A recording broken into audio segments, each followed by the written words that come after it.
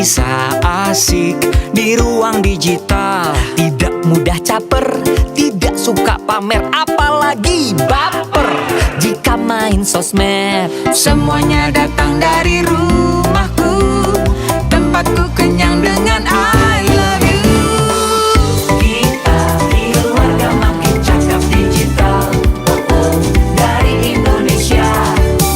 Kita keluarga sangat super bahagia, dari Indonesia. Kita main bersama, belajar sama-sama di dunia nyata dan di dunia digital. Semakin mengerti, semakin hati-hati.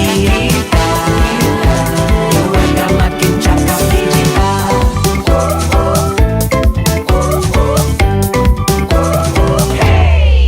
Semua memang sibuk, tapi semua mau punya waktu untuk saling membantu, bekerja sama untuk saling menjaga, berhati-hati menyaring berita. Semuanya datang dari rumahku, tempatku kenyang dengan I love you. I love you. Kita keluarga makin cakap digital, dari Indonesia. Kita keluarga sangat super bahagia, dari Indonesia. We are very super happy family, dari Indonesia. Kita keluarga sangat super bahagia, dari Indonesia. Kita main bersama, belajar sama-sama di dunia nyata dan di dunia digital. Semakin mengerti, semakin hati-hati. Kita keluarga makin cakap digital. Kita keluarga makin cakap digital.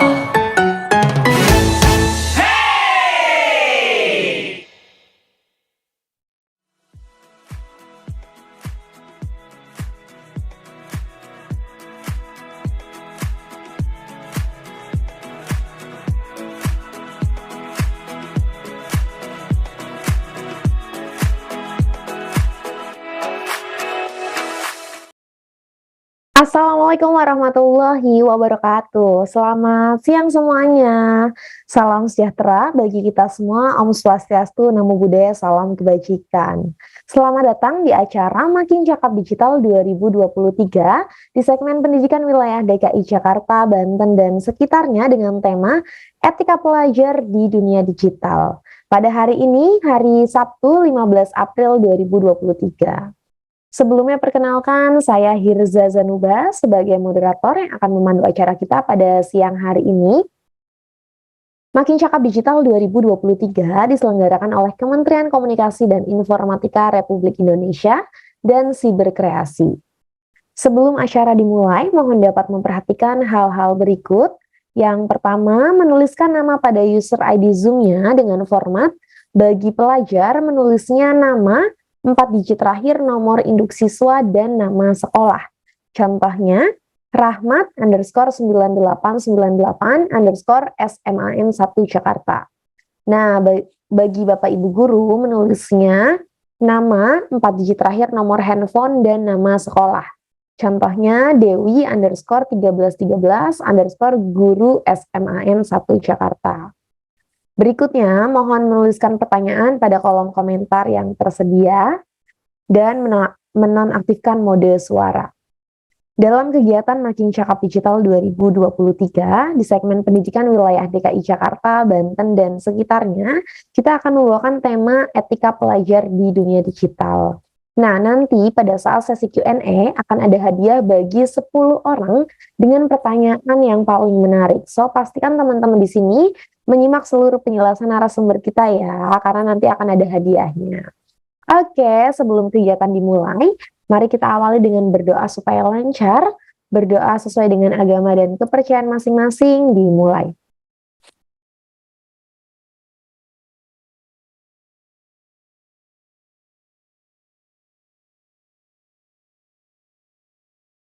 Berdoa selesai.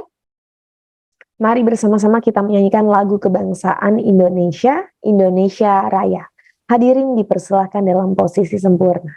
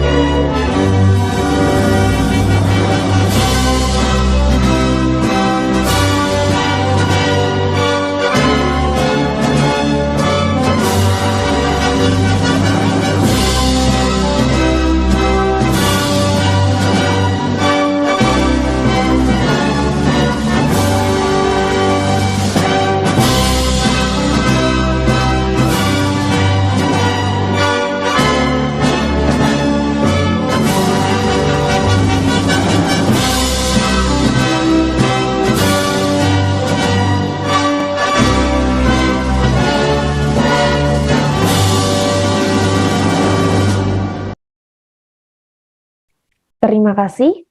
Berikutnya kami persilahkan Bapak Joni G. Plate selaku Menteri Komunikasi dan Informatika Republik Indonesia untuk memberikan kata sambutan. Waktu dan tempat kami persilahkan. Assalamualaikum warahmatullahi wabarakatuh. Shalom. Om Swastiastu, Namo Buddhaya, salam kebajikan, salam sehat, serta salam sejahtera bagi kita sekalian. Yang saya hormati Ibu, Bapak, tamu undangan, dan narasumber, para peserta program literasi digital nasional Indonesia Makin Cakap Digital. Situasi pandemi COVID-19 telah mendorong kita untuk terus beradaptasi dan bertransformasi dalam berbagai aktivitas kehidupan. Dampak pandemi COVID-19 makin memicu disrupsi pada berbagai sektor kehidupan yang sebelumnya dipicu oleh revolusi industri 4.0. Hal ini terlihat dari semakin majunya teknologi cloud computing, Internet of Things atau IoT, Artificial Intelligence, AI, Big Data Analytics, Advanced Robotics, hingga Virtual Reality, yang telah membawa perubahan di semua bidang kehidupan, termasuk dunia pendidikan. Pandemi telah mendorong inovasi dan digitalisasi sektor pendidikan melalui penggunaan perangkat teknologi digital dan internet selama pembelajaran jarak jauh atau PJJ diterapkan. Tren ini sejalan dengan prediksi pertumbuhan sektor edtech secara global dengan compound annual growth rate atau CAGR sebesar 16,5% dari tahun 2022 ke tahun 2030 menurut Grandview Research tahun 2022. Di tingkat nasional, APJI mencatat bahwa selama pandemi COVID-19 seluruh responden menjalankan pembelajaran jarak jauh. Oleh karenanya, kualitas jaringan internet menjadi esensial bagi pelaksanaan PJJ.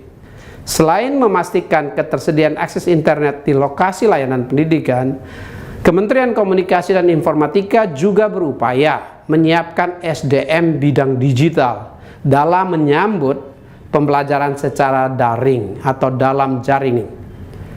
Di tingkat kemampuan digital dasar, Kementerian Komunikasi dan Informatika secara konsisten menjalankan program literasi digital nasional yang ditujukan bagi para siswa, para mahasiswa, hingga tenaga kependidikan. Kementerian Kominfo juga bekerja sama dengan kampus-kampus dalam menjalankan kuliah kerja nyata bertemakan literasi digital. Ibu, Bapak, hadirin sekalian, sejak dilaksanakan pada tahun 2017, program literasi digital nasional telah menjangkau lebih dari 12,6 juta masyarakat. Pada tahun ini, tahun 2022, setidaknya akan diberikan pelatihan literasi digital kepada 5,5 juta masyarakat. Selain itu, Kementerian Komunikasi dan Informatika juga akan berfokus memberikan literasi digital pada kelompok pendidikan yang dimulai dari siswa kelas 5 sekolah dasar, siswa SMP, siswa SMA dan madrasah, mahasiswa, juga guru dan tenaga kependidikan. Para peserta akan diberikan pelatihan literasi digital berdasarkan pada 4 pilar, yaitu digital skills, digital culture, digital ethics, dan digital safety. Ibu, Bapak, hadirin sekalian, program literasi digital nasional ini akan terus dilaksanakan untuk dapat menjangkau seluruh masyarakat Indonesia hingga ke berbagai pelosok negeri tanpa kecuali. Hal ini perlu dilakukan karena kita tidak boleh meninggalkan seorang pun untuk merasakan manfaat dari agenda transformasi digital nasional. Mari bersama-sama berpartisipasi aktif dalam berbagai kegiatan literasi digital menuju Indonesia terkoneksi, makin digital, makin maju. Terima kasih. Wassalamualaikum warahmatullahi wabarakatuh. Om Santi Santi Santi Om. Namo Buddhaya.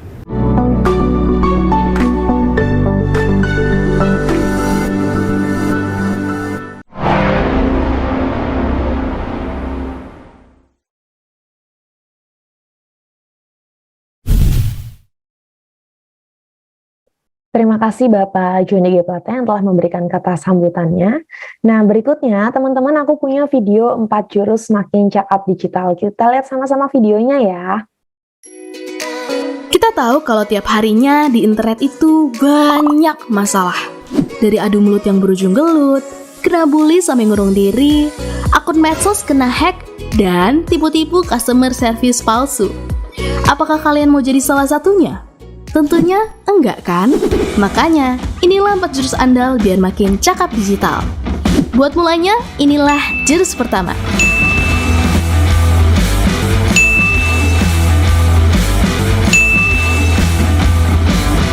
Kita mesti jaga etika biar netizen Indonesia nggak lagi dikenal paling nggak sopan se-Asia Tenggara. Bayangin etika di dunia maya itu sama pentingnya kayak dunia nyata. Lalu, biar internet makin tentram, tanpa perpecahan, inilah jurus kedua.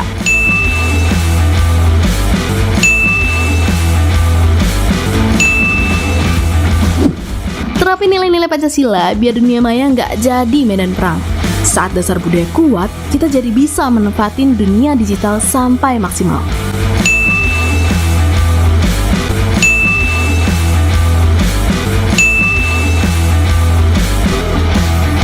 Makanya, di jurus ketiga ini, semakin kita jago, bahkan bisa cari ilmu dan cari uang.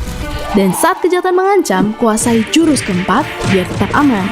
Para penipu bakal takluk sama kita.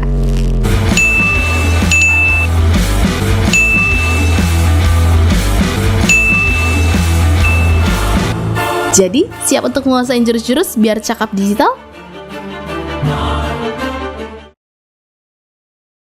Nah, teman-teman itu dia tadi video 4 jurus makin cakap digital. Ini perlu banget ya keempat jurus ini kita kuasai, terutama sekarang kita hidupnya di era yang serba digital atau serba pakai internet. Kalau teman-teman pengen mudah mengingatnya, bisa pakai istilah CABE. Cakap, aman, budaya, dan etika digital ya. Yang paling penting dalam dunia digital, kita tetap harus menerapkan nilai-nilai Pancasila ya. Kalau sudah maksimal penerapannya, nggak cuma ilmu aja nih, tapi kita juga bisa dapat cuan dari dunia digital. Oke, pada kesempatan ini, Makin Cakap Digital 2023, di segmen pendidikan wilayah DKI Jakarta, Banten, dan sekitarnya, kita akan membawakan tema etika pelajar di dunia digital. Untuk mengasah digital skills-nya netizen asyik nih tentang pentingnya kecakapan digital dalam berinteraksi di era yang serba digital seperti sekarang ini. Oleh karena itu, pada sesi hari ini kita akan membahas secara lengkap dan menyeluruh dari 3 aspek. Yang pertama ada kecakapan digital, keamanan digital, dan budaya digital. Nah, selama kurang lebih 2 jam ke depan, kegiatan Makin Cakap Digital 2023 di segmen pendidikan wilayah DKI Jakarta, Banten, dan sekitarnya akan menghadirkan pembicara yang keren-keren banget nih. Pembicaranya sudah ahli di bidangnya masing-masing. Pembicara akan berbagi ilmu dan juga informasi terkait literasi digital. Kalau gitu, saya akan perkenalkan pembicara kita hari ini. Yang pertama kita punya Ibu Dr. Lestari Nurhayati MSI selaku Wakil Rektor 4 Institut Komunikasi dan Bisnis LSPR Jakarta dan juga anggota JPLIDI. Yang kedua kita punya Bapak Muhammad Mikdad Nizam Fahmi selaku Ketua Bidang Ekonomi Digital dan UMKM Sobat Cyber Indonesia. Dan yang terakhir kita punya Bapak Eko Prasetyo Nugroho selaku anggota HIPMI Jaya BPC Jakarta Selatan. Wah, keren-keren semua ya narasumber hari ini ya. Pastikan teman-teman yang hadir menyimak seluruh penjelasan mereka ya teman-teman ya. Karena nanti akan ada hadiah bagi 10 orang dengan pertanyaan yang paling menarik. Oke, kalau gitu tanpa berlama-lama lagi, karena narasumber kita yang pertama juga sudah hadir bersama kita, langsung saja kita sambut Ibu Lestari. Halo Ibu Lestari, apa kabar? Halo, baik Mbak Zaza. Mbak Zaza sehat? Alhamdulillah, baik juga Ibu. Hari ini kita mau bahas nih Bu, soal pilar pertama ya, kecakapan digital. Kalau di era digital seperti sekarang ini nih Bu, katanya kan kita harus jadi netizen yang cerdas, betul ya. Sebelum share informasi, kita harus saring dulu sebelum sharing. Kalau menurut Ibu Lestari, apa aja sih Bu yang perlu disaring sebelum kita menyebarkan informasi tersebut? Ya, pastinya konten itu bermanfaat atau tidak, ya kan? Jadi kita harus melihat yang kemudian yang berikutnya, kalau kita melihat oh ini bermanfaat, dicek lagi apakah itu hoax atau fake atau asli ya. sesuatu yang bisa dipercaya, kredibel, dan nantinya otomatis tidak semua yang benar dan baik itu bisa disebarluaskan. Kadang-kadang ada yang sifatnya sangat personal, nah itu juga harus diwaspadai. Itu secara pokok itu sih Mbak Zaza. Oke, itu garis besarnya ya. Mungkin nanti di paparannya Ibu Lestari banyak detailnya terkait tentang kecakapan digital. Kalau gitu, karena teman-teman netizen asyik Indonesia juga udah nggak sabar lagi. Aduh maaf, langsung saja ya kami persilahkan Ibu Lestari Nurhayati untuk memberikan paparannya terkait etika pelajar di dunia digital dari pilar kecakapan digital. Silakan Ibu. Baik, terima kasih Mbak Zaza. Ini saya lihat semua pesertanya keren-keren ya. Assalamualaikum warahmatullahi wabarakatuh. Selamat siang. Shalom, Om Swastiastu, Namo Buddhaya, salam kebajikan, salam sehat selalu, itu yang penting. Izin saya akan share materi saya mengenai apa itu yang kita akan diskusikan, yaitu kecakapan digital. Wah, ini sudah ke belakang, mohon maaf. Nah, hari ini kita akan membahas sebetulnya bagaimana sih cakap bermedia digital untuk pengembangan teknologi yang sifatnya aman gitu ya.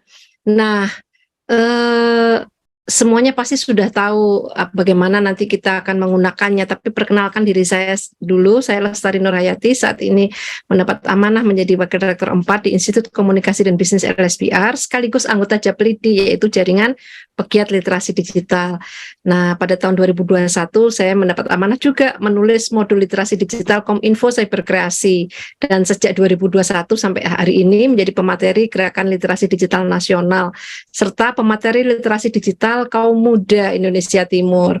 Bahkan di tahun 2022 saya itu sudah langsung datang ya ke NTT untuk memberikan materi kepada para guru. Nah, teman-teman, adik-adik sekalian, ibu bapak guru yang hadir hari ini bisa mengakses saya di lestari.n@lspr.edu emailnya, dan juga di Instagram saya @lestari.nurhajati. Nah, kalau kita berbicara tentang kecakapan digital, maka kita bicara tentang data dulu ya. Bagaimana sih sebetulnya data yang ada tersebar luas ini? Datanya sangat banyak, namun dari sisi kecakapannya, jadi ada penelitian yang dilakukan oleh Survei Badan Pusat Statistik tahun 2018 mengungkapkan ada 3 subindeks pembangunan teknologi informasi dan komunikasi di Indonesia yang sifatnya itu harusnya berkembang dengan baik, yaitu akses dan infrastruktur, intensitas penggunaan, dan keahlian atau kecakapan. Nah, di bagian keahlian atau kecakapan inilah yang ternyata skornya paling rendah. Artinya dari infrastruktur kita sudah berusaha ya masuk sampai di pelosok-pelosok desa, pelosok daerah, di daerah yang tertinggal, terdalam, terluar, itu kita sudah berusaha masuk ke sana, terutama dari Kominfo ya, penyediaan sarananya. Tapi sayangnya keahliannya, kecakapan orang yang menggunakan media digital ini masih tertinggal. Nah, ini menjadi isu yang perlu kita pelajari bersama, kita perlu tingkatkan. Cakap bermedia digital itu sebetulnya adalah kemampuan seorang individu untuk apa? Untuk mampu mengetahui, memahami, dan menggunakan perangkat keras dan perangkat lunak dalam lanskap digital. Nah, kalau yang disebut lanskap digital itu macam-macam ya. Otomatis di dalamnya nanti ada mesin pencarian informasi, ada aplikasi percakapan, ada media sosial, ada dompet digital, bahkan ada loka pasar dan transaksi digital lainnya. Jadi ini semua satu kesatuan yang tidak bisa terpisahkan. Nah, kecakapan-kecakapan inilah yang kita harus tingkatkan. Mengapa? Karena dengan cakap digital kita bisa tadi ya mencegah hal-hal yang tidak diinginkan, kita terhindar dari penipuan, kita bisa saling menjaga etika di dunia digital. Terutama untuk adik-adik generasi muda yang sedang aktif belajar di sekolah. Menjadi sangat penting ya peningkatan kemampuan cakap digital ini. Nah, tadi saya sudah sampaikan lanskap digital itu bisa dilihat dari perangkat dasarnya atau perangkat kerasnya, dan juga dari pengetahuan dasar untuk mengoperasikan perangkat lunaknya atau aplikasinya. Ini yang kadang-kadang tidak diwaspadai ya. Mudah saja misalnya gini, kan paling gampang aplikasi itu kita download. Betul, mudah sekali sekarang ya. Play Store, Apple Store itu menawarkan, tapi apakah itu perlu kita unduh semua yang kita minati, kadang-kadang perlu ditahan ya, dilihat apakah aplikasi tersebut nantinya bisa merugikan kita atau tidak, karena perjanjian-perjanjiannya itu macam-macam bentuknya ya, ada yang meminta izin untuk akses sampai email. Nah ini yang berbahaya ya, kalau email kita diakses orang dengan mudah itu artinya ya tadi ya, data-data kita bisa tercecer di media digital. Nah mesin pencarian kita juga harus belajar ya, definisi dan jenis mesin pencarian itu apa saja, lalu proses kerjanya bagaimana, cara menggunakannya bagaimana. Termasuk kalau untuk teman-teman yang masih sekolah, berkuliah, itu informasi untuk akademik itu menjadi sangat penting dibantu oleh mesin pencari tadi ya. Kata kunci yang efektif, gangguan informasi, dan termasuk fitur cek fakta. Nah, kita harus pahami secara lebih detail. Mesin pencari itu ada banyak sekali sekarang ya di dunia ini. Memang yang populer itu sampai saat ini masih Google ya nomor 1. Tapi jangan salah, juga ada sebetulnya mesin pencari yang dikeluarkan oleh Microsoft Word, namanya Bing. Ini yang gambarnya di tengah yang biru ini ya. Lalu Yahoo.com juga mengeluarkan mesin pencari. Kalau di Cina yang paling populer itu ada Baidu, karena Baidu ini mesin yang ini ya paling di bawah yang sebelah kiri ini. Baidu ini dikeluarkan oleh ahli teknologi di Cina untuk memfasilitasi kebutuhan-kebutuhan masyarakat negara Cina menggunakan mesin pencari. Jadi ini yang paling populer di sana ya otomatis. Nah kalau Yandex yang di tengah ini, di bawah tapi tengah, ini adalah mesin pencari yang dikeluarkan oleh teman-teman ahli IT di Rusia. Nah, jadi masing-masing negara besar tuh biasanya memang memiliki teknologi mesin pencari. Di Indonesia dulu pernah ada ya, tapi sayang gagal untuk dikembangkan karena apa, peminatnya kurang. Nah, orang Indonesia itu kurang sabar ya. Peminatnya kurang, biayanya jadi membengkak, tidak ada yang mendukung, akhirnya ya gagal. Nah, ini sungguh disayangkan. Kita sendiri yang ikut bertanggung jawab ya, tidak mendukung pengembangan mesin pencari ala Indonesia. Nah, kalau yang satu lagi ada DuckDuckGo, ini dari DuckDuckGo ya, itu dari Amerika juga. Dia agak berbeda sedikit karena apa? DuckDuckGo itu tidak meminta, aplikasi ini biasanya kalau di-download tidak meminta detail data kita, dan juga dia tidak merekam jejak digital kita. Kalau yang lainnya masih ya, masih menyimpan jejak-jejak kita. Kalau mereka sudah declare tidak menyimpan, jadi artinya secara keamanan jauh lebih aman ya. Tapi sekali lagi memang tidak terlalu populer. Nah, bagaimana tipsnya menggunakan dalam filter dalam mesin pencarian ini? Nah, ini ya sudah ada, semua mesin pencarian sudah ada. Ini juga harus kita pahami, kita pelajari, karena apa? Seringkali teman-teman lupa mungkin ya, dalam kecakapan digital itu kan ada yang disebut dengan kita menggunakan data orang lain ya, mengunduh data lalu kita lupa mencantumkan sumbernya. Nah, itu artinya terjadi pelanggaran etika, yaitu etika apa? Etika plagiarisme. Nah, ini juga jangan dilakukan ya, sehingga ketika kita melakukan download data, materi dan sebagainya, kita harus tetap mencantumkan sumber aslinya. Apakah itu dari berita atau itu gambar dari sebuah komunitas yang mengumpulkan gambar dan foto, apakah itu e-book atau buku, apakah itu video dan sebagainya, semua harus disertakan. Karena itu salah satu bentuk kita menjaga etika hak orang lain ya. Dan yang berikutnya, ini teman-teman pastinya bisa belajar bahasa dengan tools atau aplikasi bahasa yang sekarang juga berkembang pesat ya. Yang paling umum kan memang Google Translate ya. Tapi, nah ini menariknya, Indonesia itu beragam budaya, beragam suku bangsa, beragam kepercayaan ya, sehingga fasilitas menerjemahkan bahasa daerah itu bisa digunakan dengan maksimal. Karena apa? Karena dengan itu juga kita mengetahui budaya teman-teman dari daerah lain ya. Bahasa Indonesia yang jadi pemersatu itu memang yang utama, tapi bukan berarti kita abai atau cuek ya terhadap bahasa-bahasa daerah lainnya. Sebaiknya memang kita mengetahui sedikit-sedikit ya dari berbagai bahasa yang ada di Indonesia. Nah, itu juga bentuk etika ketika kita misalnya sedang berada di sebuah daerah yang di luar daerah kita, misalnya teman-teman di Jakarta, Banten sedang main ke Bali atau main ke Palembang, itu bahasanya pasti terlihat berbeda sekali. Nah, kenapa kita juga perlu belajar tadi ya, untuk mengetahui ya, menjaga etika kita dalam pergaulan. Barangkali kita masih ketemu dengan beberapa orang lokal di daerah pedalaman yang tidak mahir menggunakan bahasa Indonesia. Maka kita minimal itu memahami ya, ada istilahnya sopan santun, etika untuk memahami orang lain yang menyapa kita dalam bahasa daerah. Nah, kita bisa menjawabnya. Dengan belajar bahasa daerah itu kita memperkaya budaya kita sekaligus tadi ya saling menjaga persatuan bangsa ini.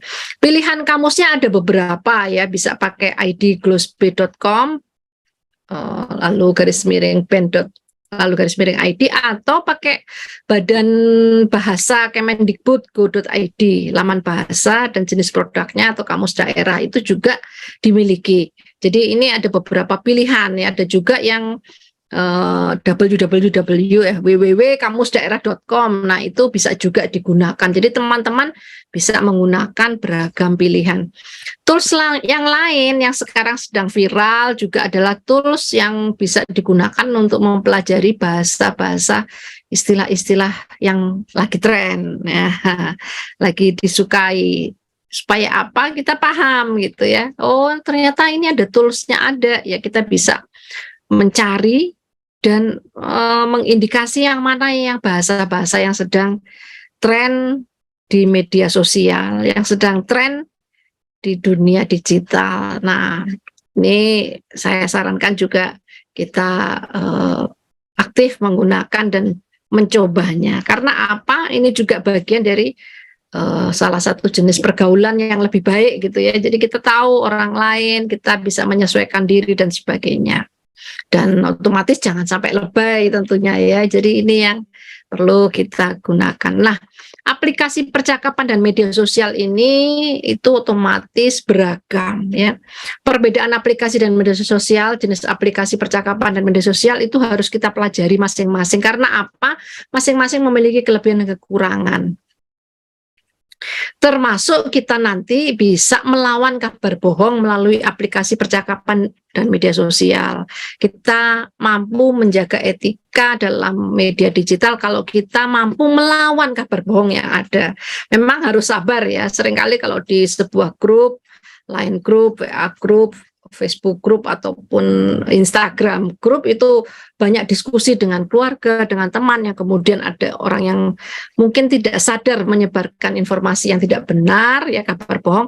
Nah, kita harus secara etis mengingatkannya. Caranya apa? DM langsung ya, direct message, atau kalau bahasa yang dulu itu disebut dengan japri, jalur pribadi, atau wapri ya, WA pribadi. Karena itu adalah bentuk kita saling menjaga, saling mengingatkan. Nah, ini contoh-contoh kelebihan dan kekurangan aplikasi percakapan ya. Ini banyak banget ya, aplikasi percakapan ini saya hanya mencontohkan beberapa. Baik WA, Facebook, Telegram, Instagram, Line, WeChat, Skype, juga Discord. Masing-masing ini otomatis tadi ya memiliki kelebihan dan kekurangan. Nah, setelah kita mempelajari kelebihan dan kekurangan masing-masing media sosial, ya aplikasinya, kita juga jangan lupa ya selalu waspada pada hal-hal yang sifatnya kemudian bisa merugikan kita, baik itu pelanggaran data pribadi, penipuan online, pembajakan akun, ini semua sangat mungkin terjadi. Meskipun kita sudah berhati-hati, masih kadang-kadang tanpa disadari kita terkena. Nah, itu masuk akal ya. Jadi teman-teman tidak usah terlalu cemas juga ya. Semua orang pasti mungkin pernah mengalami, tapi apakah penipuan online itu kemudian menjebak kita dan kita menjadi lalai? Nah, itu persoalan yang lain ya. Jadi saya saja pernah ya, hampir terkena penipuan online, tapi waspada. Nah, itu penting ya, waspada terhadap berbagai kemungkinan. Karena apa? Nah, banyak sekali sekarang ragam malware di dunia digital ya. Yang ini juga harus kita waspadai bersama supaya tidak terjadi. Salah satunya yang sering digunakan itu misalnya phishing ya. Jadi ada situs asli itu kemudian dalam sekian detik orang kalau klik bisa masuk ke situs palsunya yang kelihatannya mirip sekali. Nah, ini pernah saya juga mengalami, tapi untung sadar bahwa itu terjadi proses phishing. Dan hal-hal seperti ini yang adik-adik, Bapak Ibu, para guru juga perlu selalu waspadai ya. Karena apa? Kita bisa mengembangkan teknologi, belajar memahami etika kalau kita juga tetap sadar akan kemungkinan-kemungkinan terjadinya kejahatan di media digital. Nah, modul Cakap Bermedia Digital itu bisa diunduh di websitenya literasidigital.id. Bisa juga teman-teman, Bapak Ibu sekalian, para guru, itu bisa follow di Instagramnya @cyberkreasi. Demikian yang bisa saya sampaikan. Saya stop share dulu. Terima kasih. Wassalamualaikum warahmatullahi wabarakatuh. Saya kembalikan ke Mbak Zaza. Terima kasih Bu Lestari atas paparannya tadi dari pilar kecakapan digital. Tadi lumayan banyak ya disebutkan beberapa mesin pencarian, dan ini menarik banget ya Bu, karena anak-anak sekarang juga udah pasti bergantung sama teknologi atau internet. Kalau mau cari PR, cari tugas, atau cari informasi apapun semuanya pasti ke Mbak Google gitu ya. Nah, kalau anak-anak Gen Z sekarang, apalagi teman-teman yang hadir hari ini, supaya tidak kecanduan dengan teknologi, itu apa sih Bu yang harus dilakukan? Mungkin dari peran Bapak Ibu guru atau orang tuanya? Iya, semuanya harus bekerja sama, orang tua, para guru, juga teman-teman yang hari ini hadir, generasi muda itu harus ingat ya, bahwa dunia digital itu bagian dari dunia nyata, tapi tetap yang utama itu adalah dunia nyata. Jadi keseharian kita itu memang tercermin di dunia digital. Cuman jangan sampai kecanduan, karena apa? Bagaimanapun teman-teman nanti kalau sudah kecanduan tuh repotnya itu mengatasinya ya. Seringkali kalau saya lihat itu kalau sudah kecanduan sulit mengatasi, lalu jadi emosi, jadi tidak mau untuk bersosialisasi. Nah, ini yang paling bahaya. Tapi saya ingatkan juga, bermain game itu boleh. Saya aja termasuk pemain game ya. Saya suka main ya berbagai game yang ada di internet gitu, karena buat saya itu juga bagus. Cuman sekali lagi saling mengingatkan, jangan sampai kita lupa pada hal-hal yang menjadi kewajiban kita. Kalau jadi pelajar ya kewajibannya belajar lebih banyak dibandingkan bermain. Nah, itu saja sih Kak Zaza. Oke, baik. Terima kasih Ibu Lestari atas paparannya. Nanti kita ketemu lagi di sesi Q&A. Siap. Nah, teman-teman, sebelum kita lanjut ke narasumber berikutnya, saya mau remind juga ya untuk netizen Asyik Indonesia, syarat untuk mendapatkan sertifikat elektronik, kalian harus mengisi link daftar hadir. Linknya sudah ada di kolom komentar, boleh dicek di kolom komentar, nanti diisi di sana. Sertifikat elektroniknya akan kami kirimkan setelah acara ini selesai ke email masing-masing. Oke, kita lanjut ke narasumber yang kedua. Sudah hadir juga bersama kita pada siang hari ini. Langsung saja kita sambut Bapak Mikdad Nizam.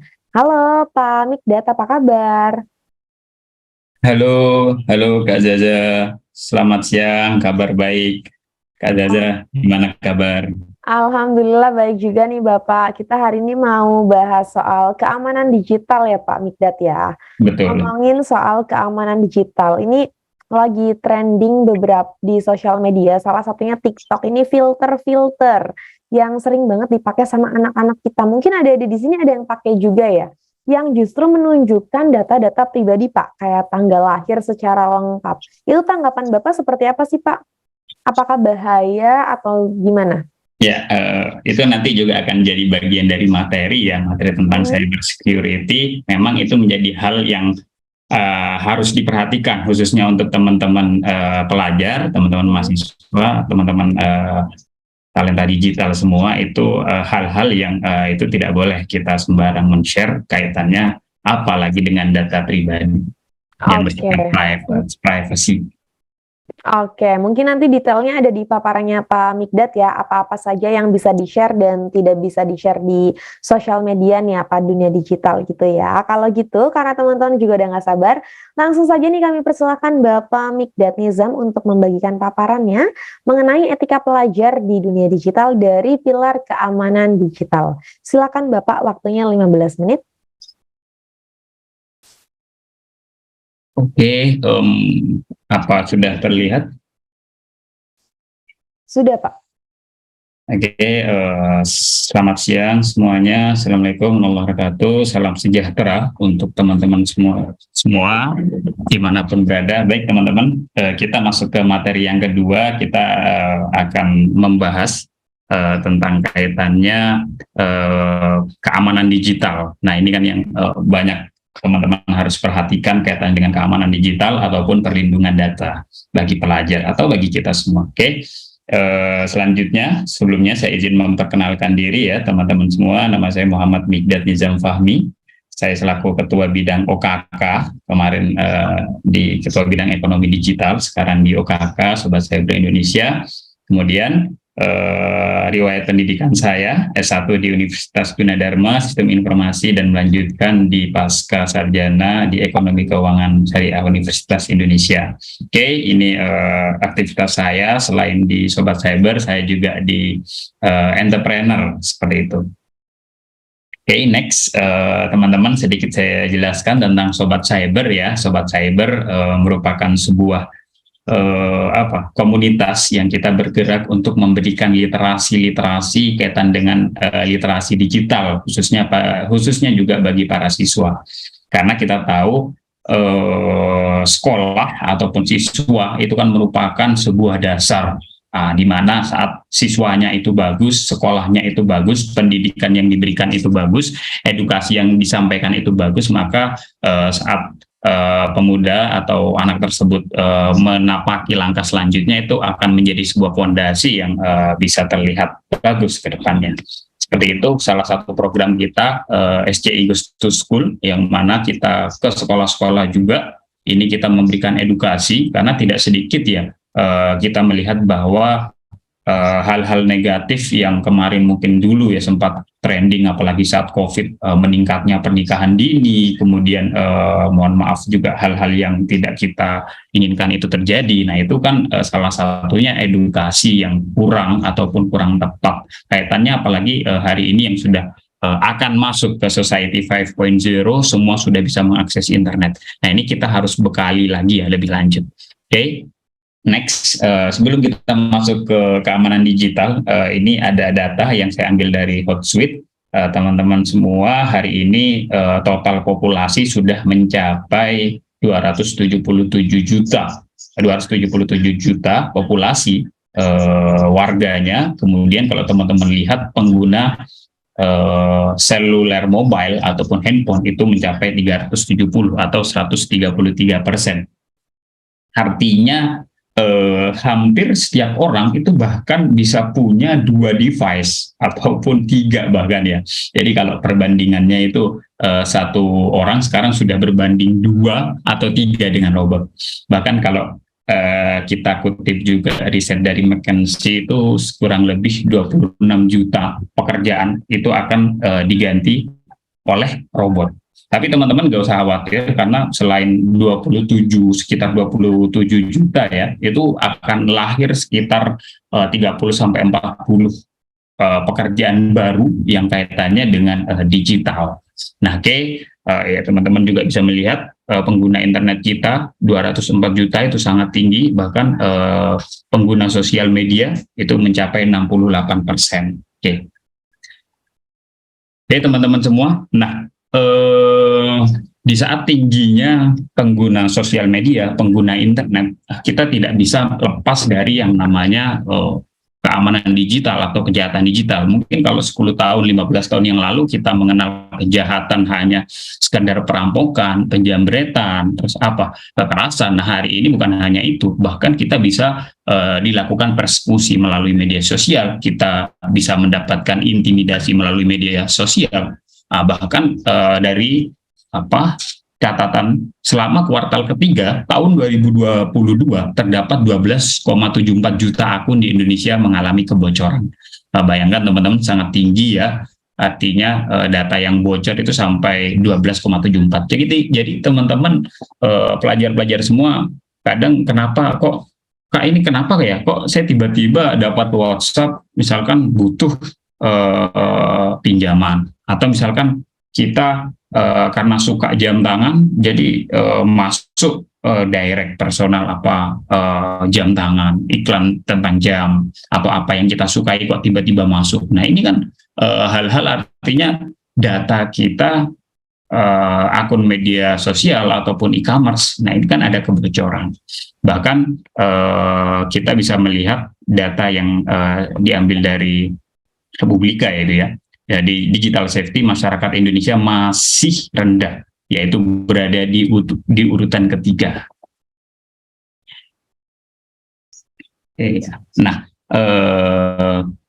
di urutan ketiga ini dari Republika, di urutan ketiga paling sering terjadi kebocoran data. Nah ini teman-teman semua, artinya kita tidak bisa satu pihak menyalahkan pemerintah ataupun menyalahkan pihak dari e-commerce ya, tapi kita tetap memulai semuanya itu dari diri kita. Bagaimana kita menjaga keamanan digital kita, keamanan data kita. Oke. Next ya. Nah, teman-teman, apa sih itu keamanan digital? Keamanan digital merupakan sebuah proses untuk memastikan penggunaan layanan digital baik secara daring maupun luring dapat dilakukan secara aman. Ya, tidak hanya untuk mengamankan data yang kita miliki, melainkan juga melindungi data pribadi yang bersifat pribadi.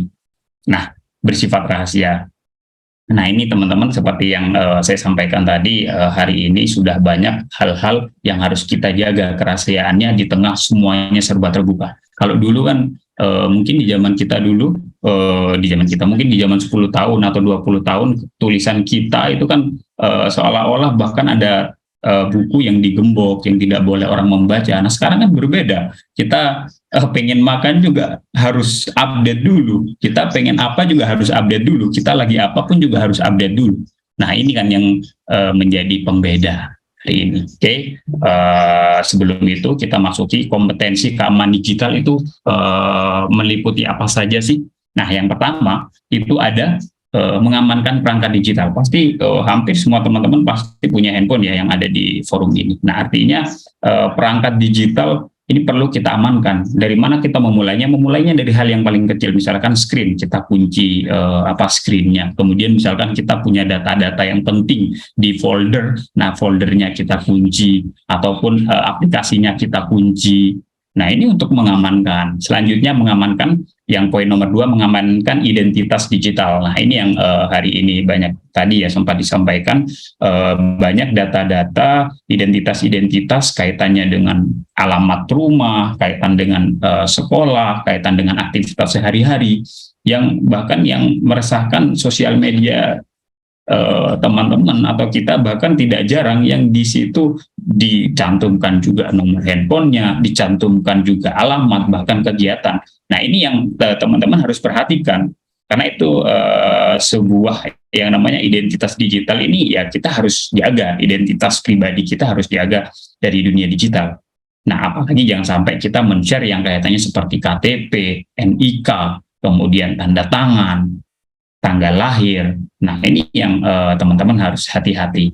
Termasuk juga file-file, teman-teman juga harus tahu di mana menyimpannya dan bagaimana cara agar aman. Oke, selanjutnya mewaspadai penipuan digital. Nah ini yang banyak terjadi, penipuan-penipuan hari ini. Bahkan kalau teman-teman beberapa waktu yang lalu kita sempat diramaikan, sosial media kita diramaikan dengan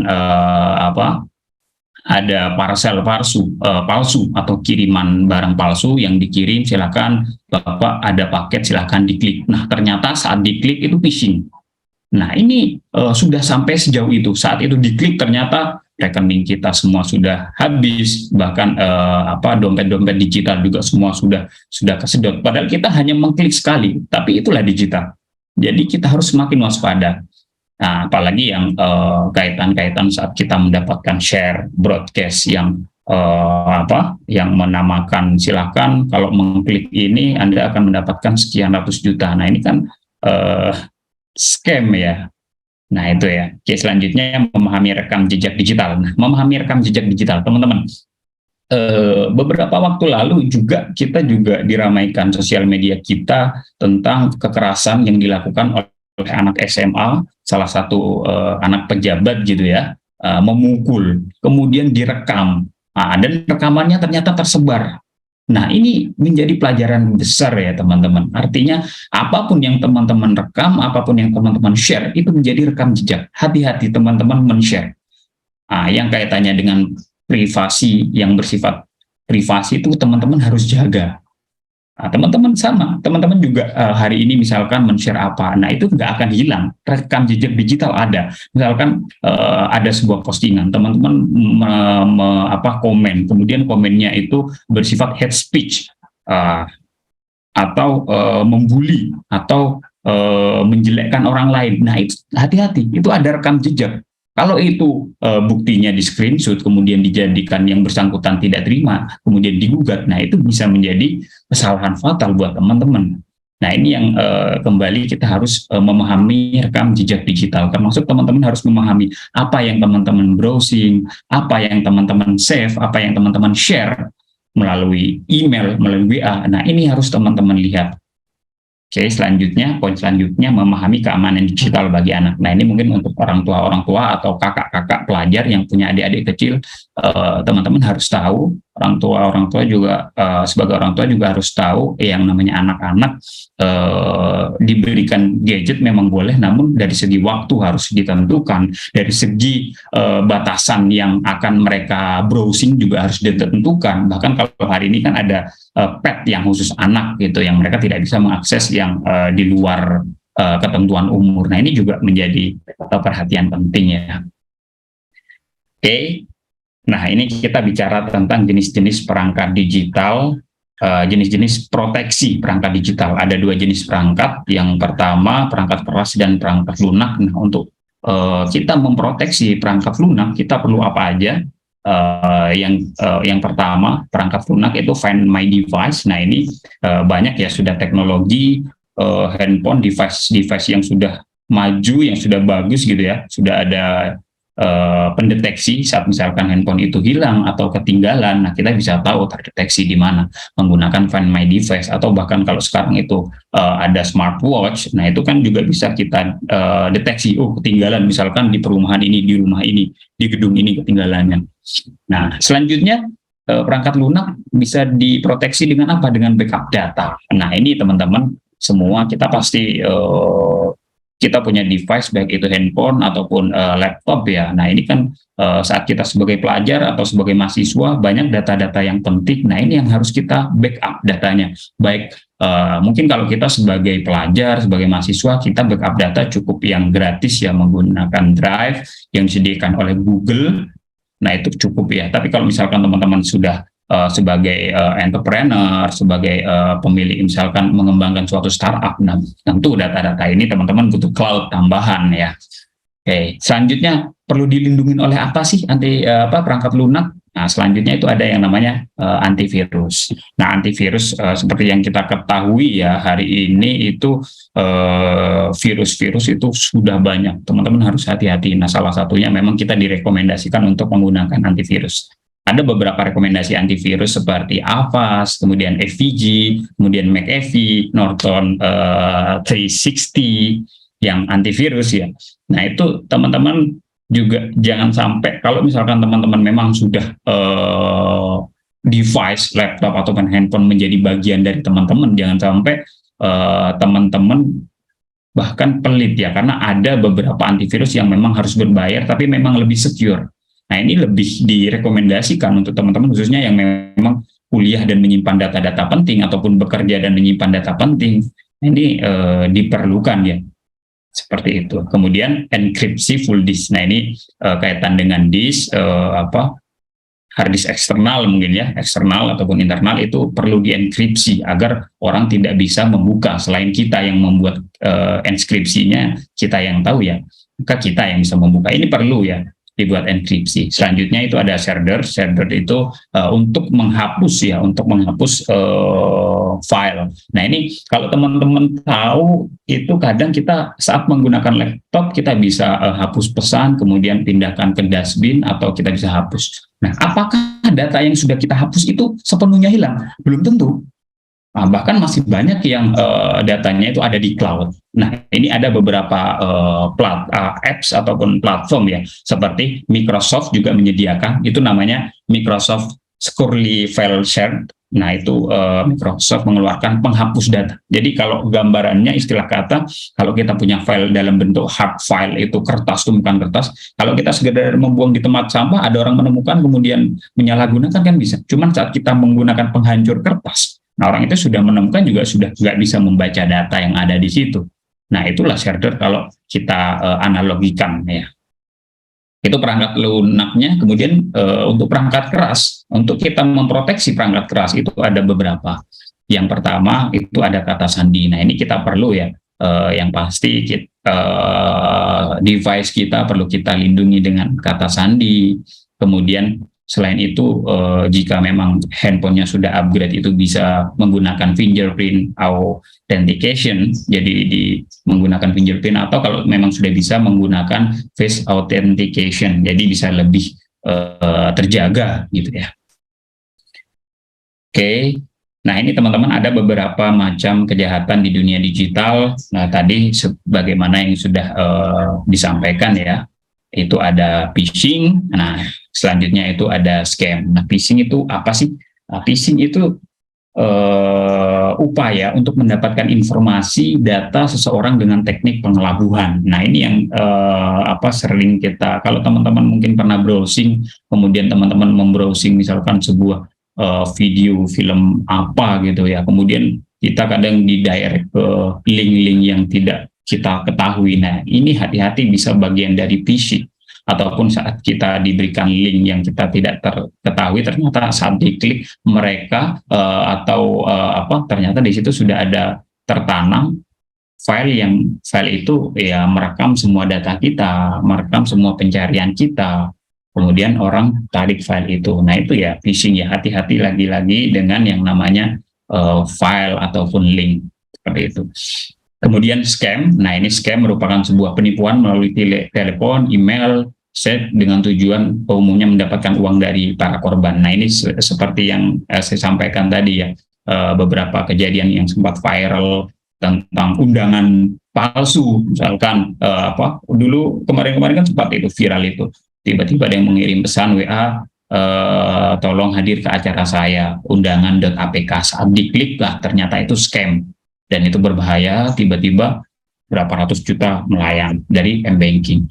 Nah ini beberapa contoh seperti peretasan akun, impersonal, kemudian lowongan kerja palsu, apalagi hari ini pengangguran kita juga masih cukup besar. Kemudian banyak juga bahkan yang terbaru LinkedIn juga sempat mengalami beberapa kebocoran ya, dengan ada lowongan kerja palsu yang berhasil masuk. Nah, kemudian ada penjual palsu, modus percintaan. Nah ini hal-hal klasik yang sampai hari ini, selama digital, selama teknologi masih ada, akan terus ada. Oke ya. Nah teman-teman, ini ada beberapa hal yang harus kita lindungi. Nah ini teman-teman ya. Nah, jangan sebarkan ini di media sosial. Apa aja sih yang nggak boleh disebarkan? Yang pertama, nomor identitas pribadi, baik itu NIK, baik itu yang kedua nomor KK. Selanjutnya apalagi nomor misalkan nomor induk siswa, kemudian nomor SIM. Nah ini yang tidak boleh teman-teman sebarkan atau share. Teman-teman harus melindungi itu. Kalau teman-teman foto untuk keperluan tertentu, ya teman-teman harus jaga. Jangan sampai teman-teman tiba-tiba ada temannya yang minta foto KTP dong atau nomor NIK. Kita harus tahu untuk apa. Oke ya. Selanjutnya, foto dokumentasi pribadi. Nah, ini kan yang banyak-banyak teman share ya, itu apalagi yang kaitannya dengan yang private ya, privacy. Nah, itu jangan sampai teman-teman mudah membagikan. Karena setiap apa yang kita share itu nanti akan dibaca oleh Google, akan bisa diakses orang melalui Google saat kita sudah men-share di media sosial atau yang lainnya. Nah, kita harus berhati-hati terhadap foto yang akan kita share. Kemudian nama panggilan itu jangan di-share juga, nama masa kecil ataupun nama ibu kandung. Nah, ini mungkin kalau nama ibu kandung harus teman-teman juga berhati-hati karena ini menjadi syarat untuk kaitan dengan m-banking ataupun kaitannya dengan keuangan ya. Selanjutnya tanda tangan. Nah, ini juga tanda tangan ya, hati-hati juga kita menyebarkan tanda tangan kita, takutnya nanti ada pihak yang ingin memalsukan tanda tangan kita. Oke, itu teman-teman beberapa hal yang tidak boleh disebar di media sosial. Oke ya. Nah, ini memang ada beberapa jenis-jenis data pribadi yang perlu dilindungi. Nah, ini ada ya jenis data pribadi yang bersifat umum dan yang bersifat khusus. Yang bersifat umum seperti nama lengkap, jenis kelamin, kewarganegaraan, agama. Nah, ini tidak boleh di-share ya pastinya teman-teman. Kemudian data informasi, ini data-data yang bersifat detail seperti data informasi, data biometrik, data genetika. Nah, ini termasuk data-data khusus. Oke, ini ada beberapa kutipannya juga. Seseorang yang mengungkapkan atau menggunakan data pribadi yang bukan miliknya akan dikenakan pidana atau penjara 7 tahun atau denda maksimal 70 miliar. Nah, ini kan undang-undang PDP ya, Undang-Undang Perlindungan Data Pribadi. Ini salah satu bunyinya itu saat kita menggunakan data pribadi yang bukan milik kita, itu kita bisa terancam pidana. Jadi misalkan ada teman-teman di sini yang misalkan ketua kelas, kemudian waktu itu punya tugas mengumpulkan data, saat data itu dipegang teman-teman salah gunakan, atau teman-teman misalkan ada di sini yang di RT RW, nah itu misalkan ada bantuan apa kan butuh banyak data, kemudian saat teman-teman pegang data dan teman-teman menyalahgunakan, itu hati-hati jangan sampai disalahgunakan karena sudah ada ancamannya 7 tahun penjara dan 70 miliar. Hati-hati teman-teman, jangan sampai demi apapun mengorbankan data-data yang bukan milik kita untuk kepentingan yang bukan kepentingan yang diperlukan, seperti itu. Kemudian berikut ada beberapa cara untuk melindungi, tips and trick yang melindungi data pribadi itu gimana sih Kak? Nah, yang pertama, tidak menampilkan hal privasi di media sosial, seperti yang saya sampaikan tadi, nama, NIK, alamat, nomor telepon, itu jangan sampai mudah ya teman-teman men-share. Hati-hati di situ. Kemudian waspadai tautan phishing yang tadi saya sampaikan, situs tidak terpercaya, tiba-tiba selamat Anda mendapatkan hadiah dari PT A sekian, silakan klik link ini. 200 juta dapat hadiah. Nah, itu kan secara logika kan juga kita tidak bisa menalar gimana caranya dia secara percuma ngasih uang sekian banyak. Nah, kemudian saat kita klik, nah itu phishing. Hati-hati. Next, menggunakan password yang tidak mudah ditebak. Nah, ini apalagi teman-teman pelajar pasti berpikir, wah, password nih biar nggak sulit saya buat pakai tanggal lahir. Nah, ini yang paling banyak terjadi, jangan sampai. Nah, ada nggak Kak tips untuk kita buat password yang aman? Gimana? Ada. Nah, ini kita bahas tips selanjutnya. Nah, ini cara agar cara kita membuat password yang kuat. Yang pertama, gunakan password yang berbeda pada setiap akun. Teman-teman punya email, punya sosmed IG, punya sosmed TikTok, LinkedIn, dan banyak sosmed lain. Apalagi ada m-banking, kemudian teman-teman misalkan punya banyak ya, itu teman-teman harus bisa harus dibedakan antara satu akun dengan akun yang lain. Nah, kemudian hindari bentuk password yang mudah ditebak. Nah, ini jangan sampai passwordnya tanggal lahir, atau nama, atau 1-8. Nah, selanjutnya apa tipsnya? Patuhi syarat password yang kuat. Gimana sih Kak cara membuat password yang kuat? Nah, ini ada tips and triknya. Gimana cara membuat password yang kuat? Nah, yang pertama harus mengandung huruf besar. Nah, oke. Yang kedua, password harus mengandung huruf kecil. Selanjutnya, password harus mengandung angka dan password harus menggunakan karakter unik.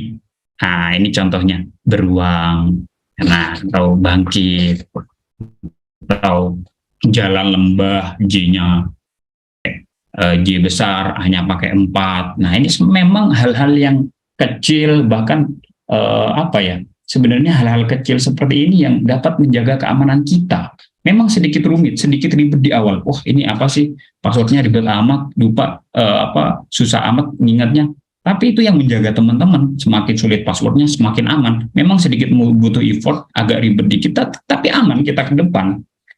Sosial media kita nggak mudah dihack. Kalau teman-teman pakai password 121 sampai 8 itu hacker cuma butuh beberapa detik untuk menghack. Nah itu ya. Ini password yang kuat, active and click-nya.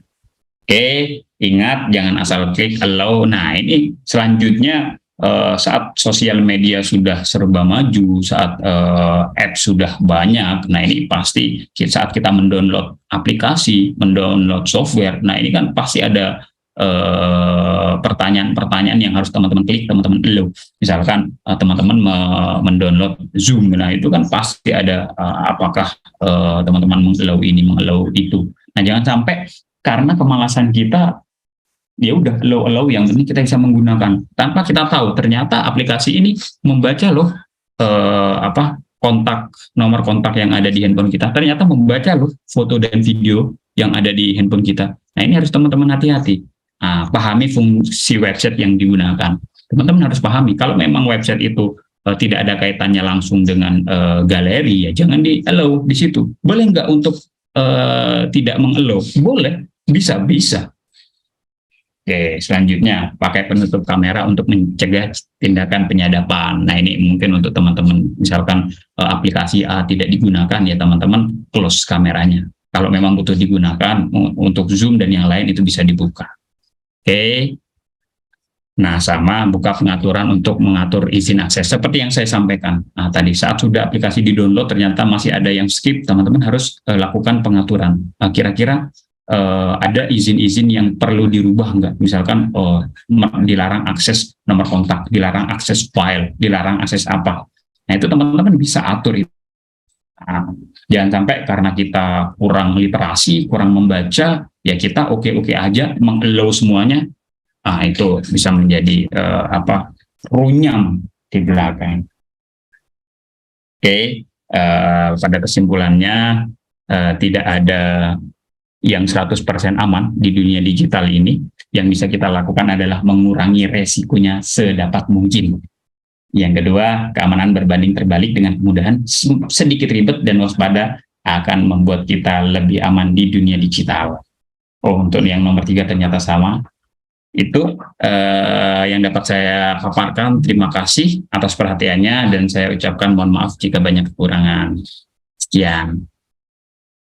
Terima kasih Bapak Mikdad Nizam atas paparannya tadi dari pilar keamanan digital. Sangat lengkap ya teman-teman ya, dan banyak banget nih hal-hal yang bisa kita implementasikan ke kehidupan kita ya, apalagi yang sekarang sering berinteraksi di media sosial. Saya juga baru tahu nih Pak, kalau ternyata ada proteksi untuk software ya yang benar-benar dihapus secara permanen ya Pak, yang tadi ya. Betul, bisa. Bisa dihapus Itu secara permanen. ada software menghapus file kita secara permanen. Microsoft juga sudah menyediakan. Oke, berarti ini kalau misalkan teman-teman merasa dulu pernah posting yang belum terliterasi dengan baik nih, boleh ya dicoba pakai software-software yang tadi supaya jejak digital kita yang kurang baik bisa terhapus secara permanen. Bapak terima kasih atas paparan materinya. Nanti kita ketemu lagi di sesi Q&A. Oke, sebelum kita lanjut ke narasumber yang terakhir, saya mau remind dulu ya buat netizen Asyik Indonesia, jangan lupa untuk mengisi link daftar hadir, karena itu merupakan salah satu syarat untuk mendapatkan sertifikat elektronik. Nanti linknya sudah ada di kolom komentar yang tersedia, boleh diklik di sana. Setelah mengisi, sertifikatnya akan dikirimkan ke email masing-masing setelah acara ini selesai. Oke, kita lanjut ke narasumber yang terakhir, beliau juga sudah hadir bersama kita sore hari ini. Langsung saja kita sambut Bapak Eko Prasetyo Nugroho. Halo, selamat sore Pak Eko, apa kabar? Halo, selamat sore. Baik, ketemu lagi kita. Ketemu lagi Pak Eko. Hari ini kita mau bahas soal budaya digital nih Pak. Kalau di Iya. Indonesia itu kan budayanya banyak sekali ya Pak ya, dan masing-masing itu kuat. Multikulturalisme yang begitu kuat di Indonesia ini banyak. Menurut Pak Eko, gimana sih cara ruang digital menghormati perbedaan tersebut? Ya, tentunya dengan kita harus bertoleransi ya, gitu ya. Jadi di sini kita perlu menjaga ranah digital kita itu bukan untuk ajang caci maki dan sebagainya, gitu ya. Karena kan secara digital mungkin hanya menggunakan username ya, jadi tidak ada nama jelas di ranah digital ini, begitu. Oke, jadi tetap harus menjunjung tinggi toleransi ya. Kalau Iya. gitu, langsung saja nih karena teman-teman netizen Asyik Indonesia udah nggak sabar lagi, kami persilakan Bapak Eko Prasetyo Nugroho untuk membagikan paparan materinya mengenai etika pelajar di dunia digital dari pilar budaya digital. Waktunya 15 menit, silakan Bapak. Ya, terima kasih. Baik, selamat siang menjelang sore nih teman-teman ya. Jadi izinkan saya share screen terlebih dahulu.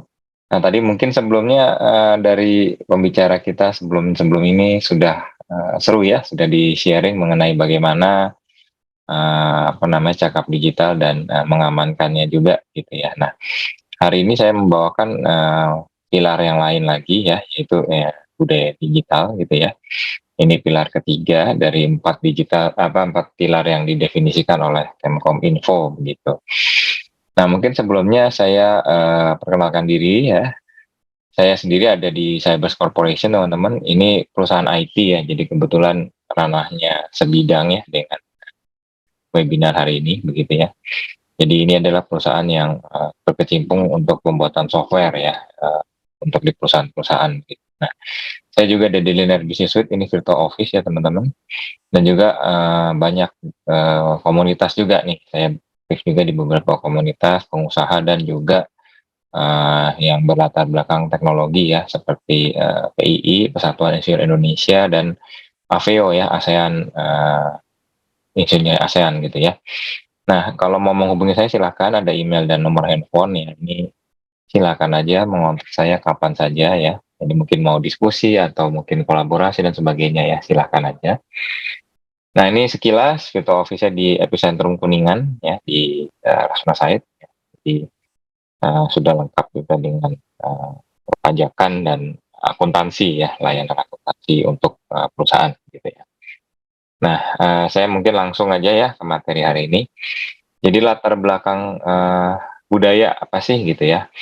Jadi tadi mungkin dari Mbak Sasa juga udah sampaikan ya, ada apa namanya budayanya dari setiap provinsi beda-beda begitu ya. Lalu juga apa namanya bahasa daerahnya juga mungkin katanya sama tapi makna berbeda gitu ya. Nah, kalau dulu secara geografis ya offline tentu ini bisa ditangani begitu ya, bisa dipahami dengan toleransi. Tapi kalau sudah dunia digital kan belum tentu ya, karena orangnya bisa beda beda tempat tapi bisa chatting ya, bisa berkomunikasi langsung begitu ya. Nah, jadi disinilah kebutuhannya untuk toleransi yang tinggi ya. Lalu juga wawasan kebangsaan ya, kesopanan dan kesantunan ya, yang mungkin juga sudah teman-teman tahu ya, kalau survei Microsoft sudah menyampaikan ya, netizen Indonesia salah satu yang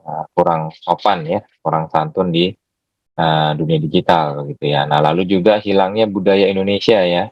Nah, ini juga sebenarnya dibilang hilang ya gitu ya, tapi juga perlu diperhatikan bahwa hilang ini di sini bukan berarti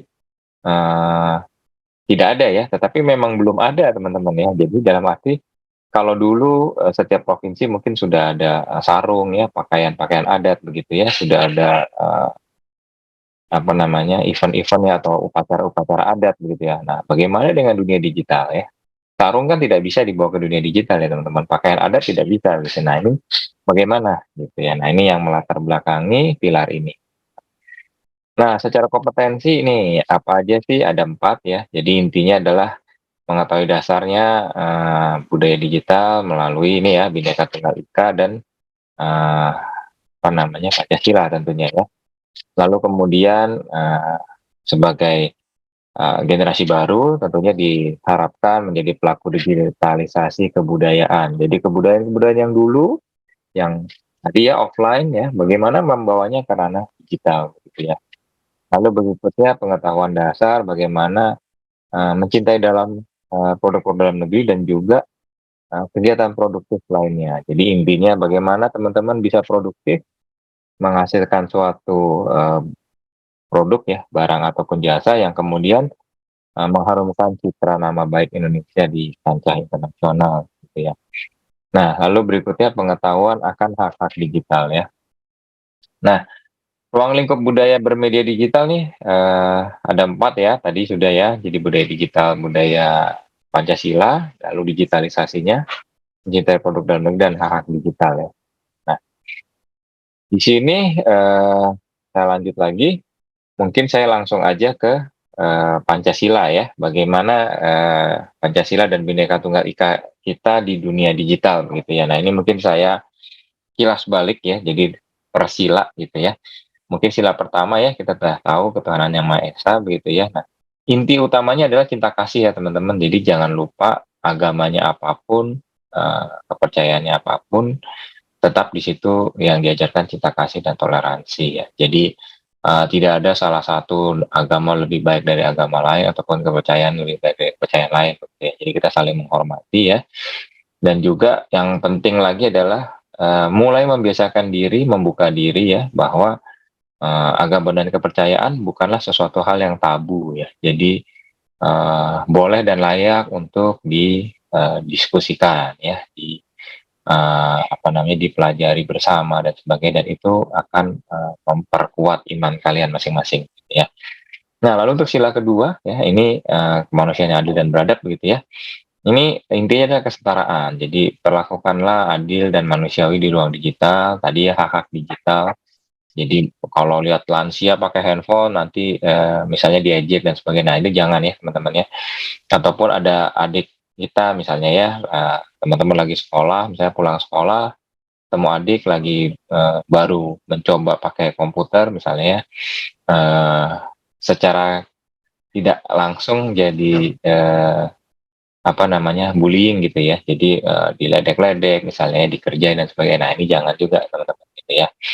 Nah, lalu sila ketiga nih, nah ini persatuan Indonesia ya teman-teman. Jadi utamakanlah kepentingan Indonesia di atas kepentingan pribadi dan golongan. Jadi kalau misalnya teman-teman mau membuat konten, ya, jangan lupa perhatikan konten ini apakah berdampak untuk nasional gitu ya, ataukah hanya berdampak untuk diri sendiri ataupun segelintir orang gitu ya. Nah, sangat berbahaya kalau hanya mengutamakan kepentingan pribadi, karena bisa menjadi multitafsir atau bahkan malah cenderung mungkin jatuh ke dalam ujaran kebencian misalnya ya, dan sebagainya yang mengarah ke pelanggaran undang-undang ITE. Nah, ini akan berbahaya karena ada ancaman pidana yang mengincar begitu ya teman-teman.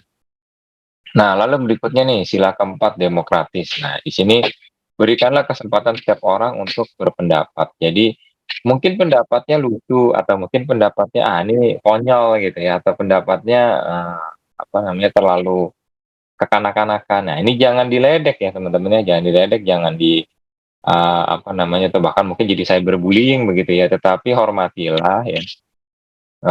Komentarilah, tanggapilah dengan santun ya, menggunakanlah bahasa-bahasa resmi yang sopan. Gitu. Nah, lalu yang kelima nih, gotong royong. Nah, ini mungkin udah sering dilihat ya, kayak donasi misalnya ya. Lalu membuat komunitas di dunia digital. Lalu kemudian kalau ada bencana alam, artinya untuk suatu tim ya, untuk saling membantu dan sebagainya ya. Namun di sini yang perlu digarisbawahi adalah ruang digitalnya pastikan tetap aman dan etis. Jadi kadang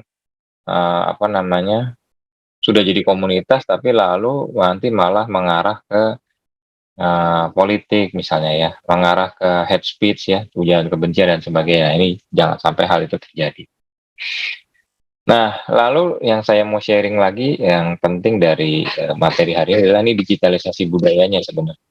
Nah, ini teman-teman bisa lihat ya tadi ya, ada tari-tarian menggunakan sarung, menggunakan kain adat. Gitu.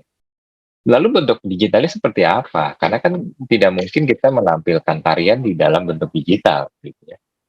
Nah, satu-satunya yang bisa paling divideokan, gitu ya. Tapi itu kan sesuatu hal yang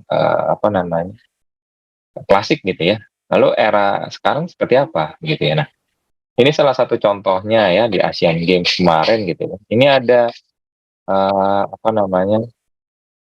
3 binatang begitu ya yang didesain secara unik dan lucu begitu ya. Jadi dengan kreativitas yang ini memperkenalkan Indonesia. Jadi di sini ada burung cendrawasih, ada rusa, lalu ada badak bercula 1 ya. tiga jenis binatang ini khasnya Indonesia, tidak ada di negara manapun. Jadi ini salah satu contoh yang bisa mengekspresikan begitu ya, mengekspresikan oh kita budaya-budaya ataupun flora dan fauna yang khusus di Indonesia bisa kita sampaikan melalui digital gitu ya. Nah, lalu ada nih mungkin teman-teman sudah nonton ya Battle of Surabaya. Nah, di sini yang saya mau garis bawahi, di sini sebenarnya ada dua kultur ya, ada dua budaya yang tercampur secara langsung. Kita sendiri di Indonesia ya, dengan sejarahnya ya, perang di Surabaya, dan juga kultur Jepang ya. Jadi ini kan didesain dengan cara anime ya. Nah, ini uh, anime tentunya kental dengan budaya Jepang. Gitu ya. Jadi teman-teman bisa lihat dalam bentuk karakter-karakternya, potongan-potongannya, begitu ya. Ini sangat apa namanya memberikan ciri khas Kejepangan. Gitu ya. Namun ini perlu diapresiasi karena ini adalah film pertama dalam bentuk animasi untuk di Indonesia, begitu ya. Ini produksi Indonesia ya. Jadi, nah ini mungkin dari teman-teman boleh nih ya nanti belajar gitu ya lambat laun nanti menjadi para animator-animator muda yang baru gitu ya. Nah, lalu cinta produk dalam negeri seperti apa sih prakteknya gitu ya. Nah, ini utamakan dan bangga dalam bentuk produk dalam negeri teman-teman. Lalu berikan feedback yang positif juga. Jadi kalau memang dalam produk itu ada yang kurang, ada yang cacat, atau mungkin ada masukan yang lebih bagus, sampaikanlah yang santun ya, ataupun secara resmi melalui surat dan sebagainya ya, ataupun kalau bisa dukung lebih baik lagi boleh juga gitu ya. Nah, lalu juga turut mempromosikan misalnya masukkan ke Instagram teman-teman, ke Facebook ya, sosial media ataupun forward gitu ya lewat WhatsApp misalnya begitu ya. Dan kalau bisa lebih bagus lagi jadilah pelaku usahanya. Nah, jadi pelaku usaha buat produk sendiri dan sebagainya, lalu jangan konsumsi berlebihan produk kita sendiri, tapi usahakanlah produk dalam negeri ini kita buat supaya diekspor teman-teman. Nah, ini contoh-contohnya saya sharing lagi ya kembali ya tadi mungkin sudah ada dua ya. Nah ini ada lagi yang lain dari saya sendiri dari tim kami ya ada Cybers Corporation ini produk 100% software dalam negeri teman-teman. Mungkin jarang ada yang mendengar begitu ya, tetapi ini adalah salah satu backbone ya, jadi tulang punggung di perusahaan-perusahaan besar di Indonesia ya. Jadi ada lebih dari 10 konglomerat yang sudah menggunakan produk kami dan juga sudah ada berbagai negara seperti Australia, Singapura, Hong Kong menggunakan software kami juga.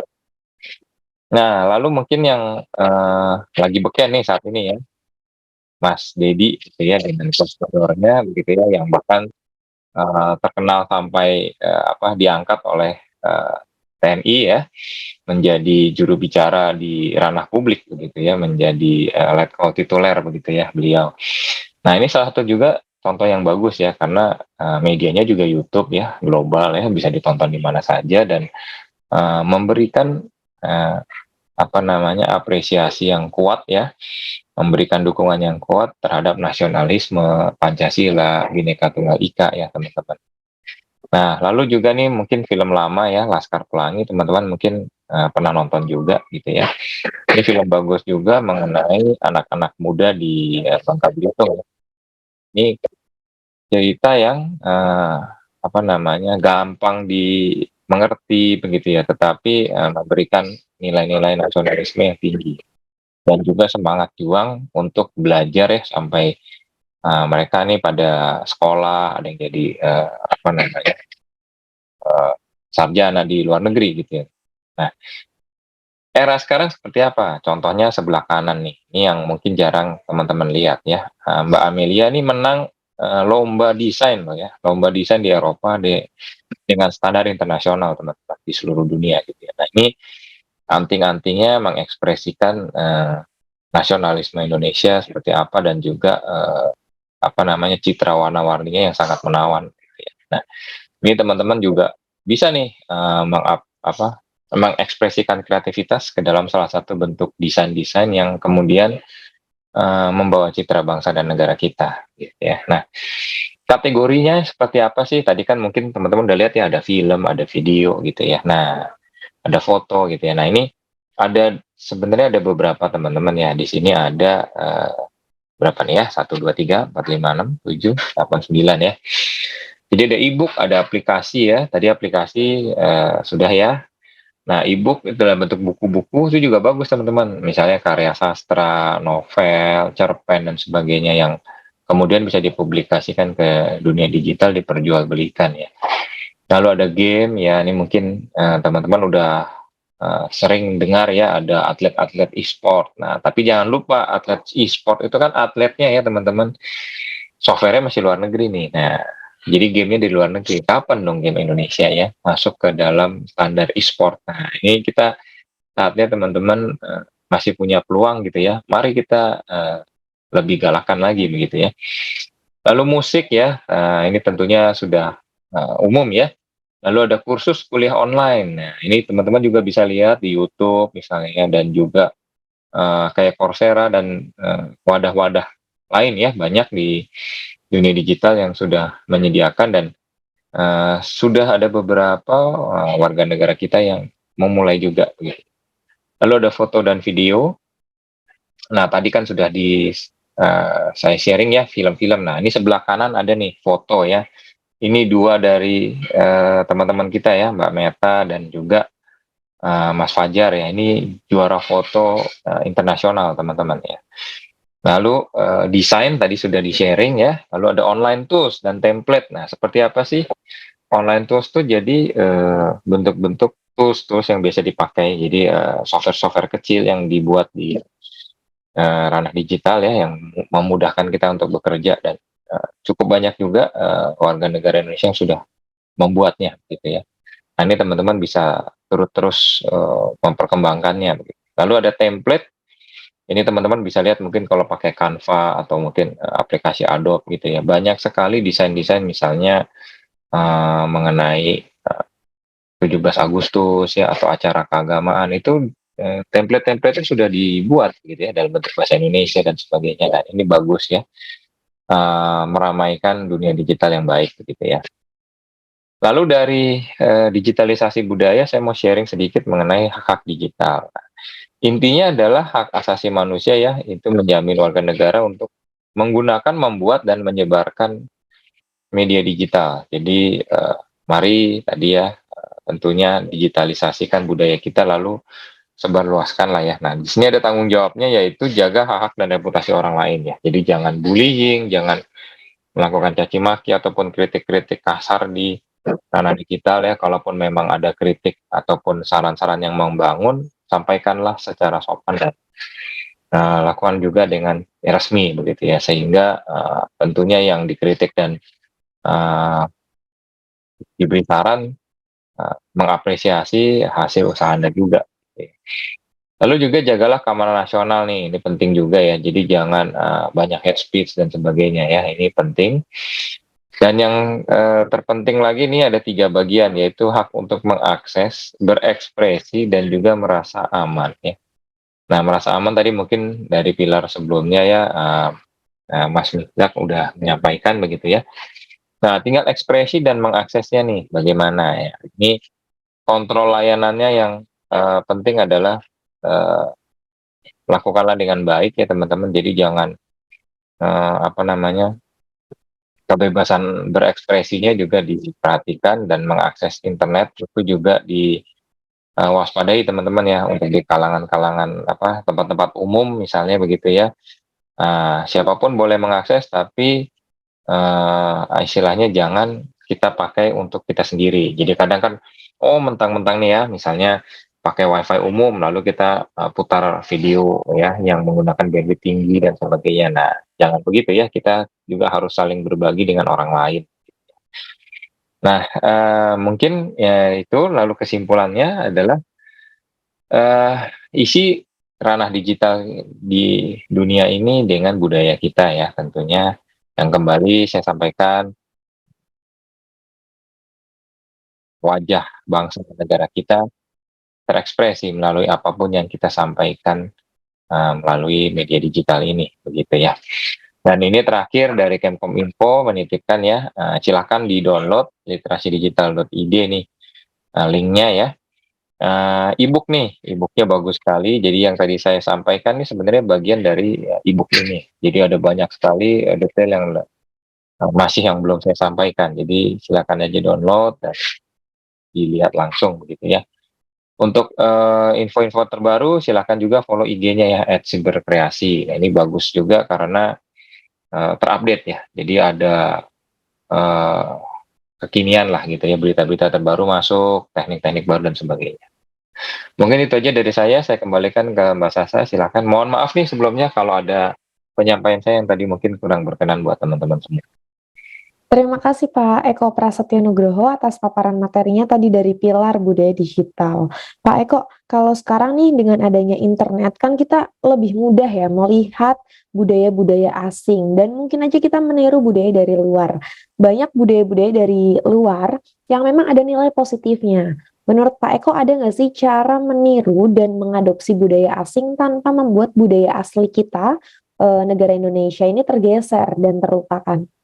Nah, itu sebenarnya caranya banyak, Bu. Jadi istilahnya contoh kayak tadi kan di film itu kan yang Battle of Surabaya gitu. Itu kan sebenarnya budaya Jepang ya masuk ke Indonesia. Jadi orang Indonesia masa sampai hari ini masih belum paham bagaimana mengekspresikan kultur Indonesia ya. Jadi ciri-ciri khas Indonesia ke dalam animasi.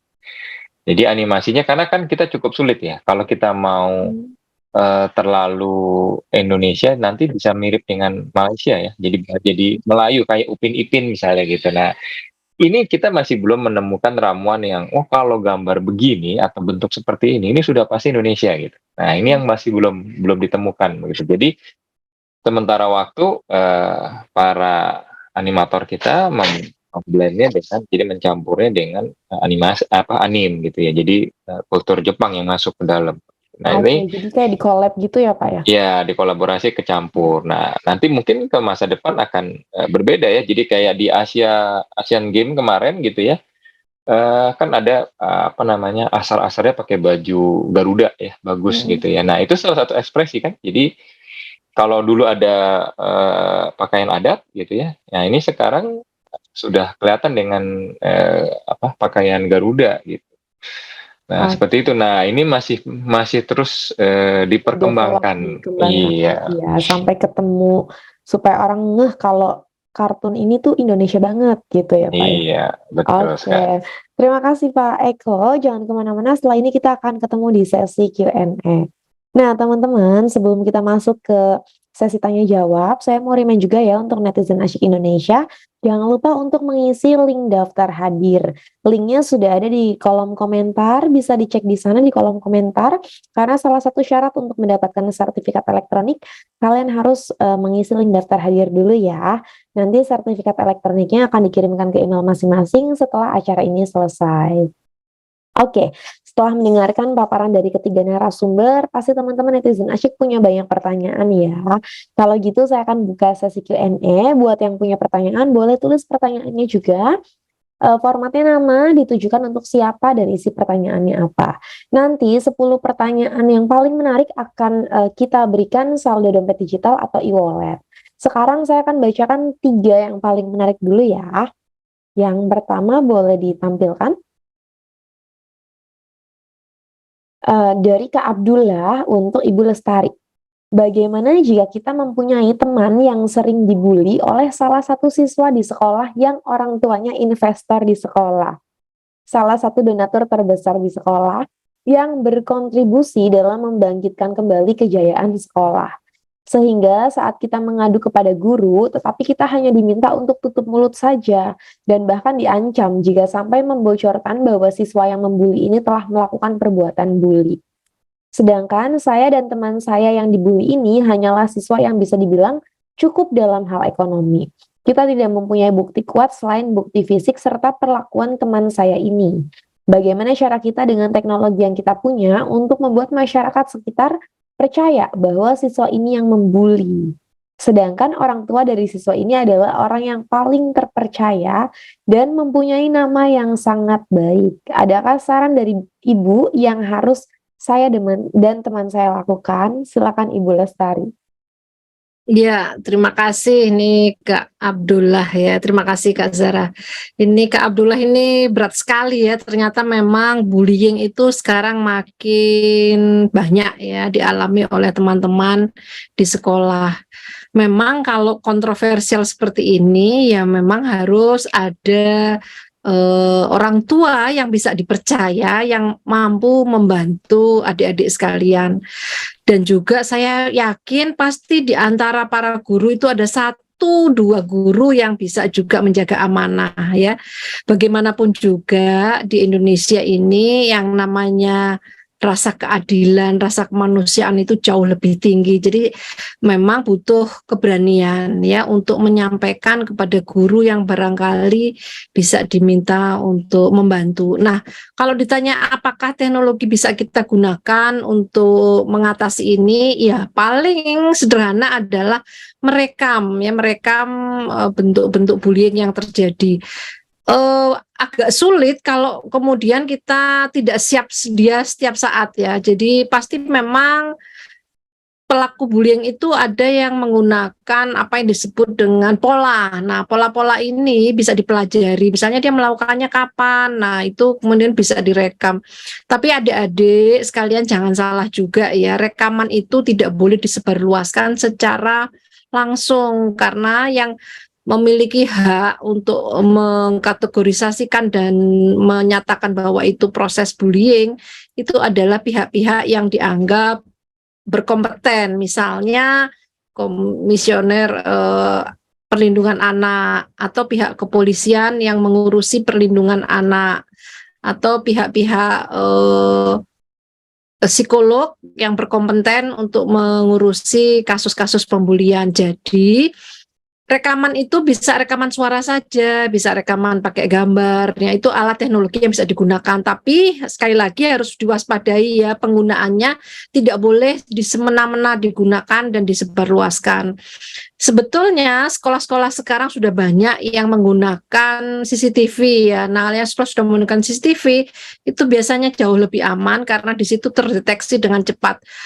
Kak, gimana kalau pelakunya itu melakukan di luar sekolah? Nah, ini yang agak sulit ya. Ini yang paling sulit terjadi dan itu juga masih banyak ya. Kalau pelakunya melakukan di luar sekolah, di luar halaman sekolah biasanya terdeteksinya jauh lebih sulit. Tapi adik-adik jangan khawatir. Selalu ada orang-orang dewasa, orang-orang yang memiliki nurani yang bisa memperjuangkan apa yang menjadi kegelisahan. Jadi kalau sampai guru itu mengatakan bahwa ini harus tutup mulut karena itu adalah donatur atau memberi sponsor, sekali lagi itu bukan yang tepat ya, itu bukan kebijakan yang tepat. Jadi jangan pernah menyerah pada isu pembulian karena ini harus kita hentikan. Setiap bentuk kekerasan termasuk bullying harus dihentikan di Indonesia dan itu dalam bentuk apapun ya. Ini yang perlu diwaspadai. Nah, kalau ada kerisauan mendalam, saya bisa membantu ya menghubungkan dengan pihak-pihak terkait yang tadi saya sebutkan. Silahkan ya nanti, karena ini persoalan serius ya bagi kami para pendidik itu persoalan sangat serius. Saya termasuk yang sangat concern pada isu perlindungan anak dan perempuan, sehingga itu kita harus atasi bersama. Kalau memang serius dan itu kita harus lakukan bersama-sama, saya berkenan ya untuk dihubungi, untuk saya bantu ke pihak-pihak yang terkait. Begitu barangkali Kak Zaza yang bisa saya bantu untuk jawab. Terima kasih Ibu Lestari. Untuk Kakak Abdullah, kalau kasusnya mungkin dianggap sudah keterlaluan, boleh menghubungi Ibu Lestari ya, nanti akan dibantu lebih lanjutnya ya Bu Lestari ya. Iya, betul sekali. Oke, kita lanjut ke pertanyaan yang kedua. Dari Kak Zaskia untuk Pamikdat. Banyaknya penipuan digital zaman sekarang sudah banyak sekali modusnya. Saya juga pernah ketipu, misalnya modus mengirimkan video hingga membuat HP kita mati total 1-2 hari. Dan itu kan sangat meresahkan. Dan seiring berkembangnya teknologi, modus pun akan semakin berkembang yang memungkinkan para penipu tersebut membuat modus baru yang lebih susah untuk dibedakan. Pertanyaannya itu, bagaimana sih caranya untuk membedakan mana penipuan dan yang bukan penipuan, dan apa yang sebenarnya terjadi ketika HP saya mati total? Mohon penjelasannya Pak Mikdad.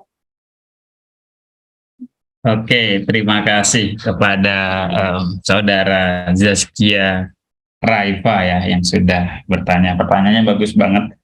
Eh, itu mungkin saya jawab dari handphone mati ya. Apa penyebabnya handphone mati? Nah, penyebab handphone mati jika memang saat itu yang diklik atau yang akses yang ditautkan itu merupakan sebuah phishing ataupun virus. Nah, itu memang virus itu dibuat untuk mematikan sistem-sistem yang ada di device kita. Nah, jadi memang virus itu dibuat untuk membuat error handphone kita itu bisa, dan itu sangat sering terjadi. Bahkan bukan hanya dibuat mati, bahkan handphone nyala, cuman semua datanya diambil.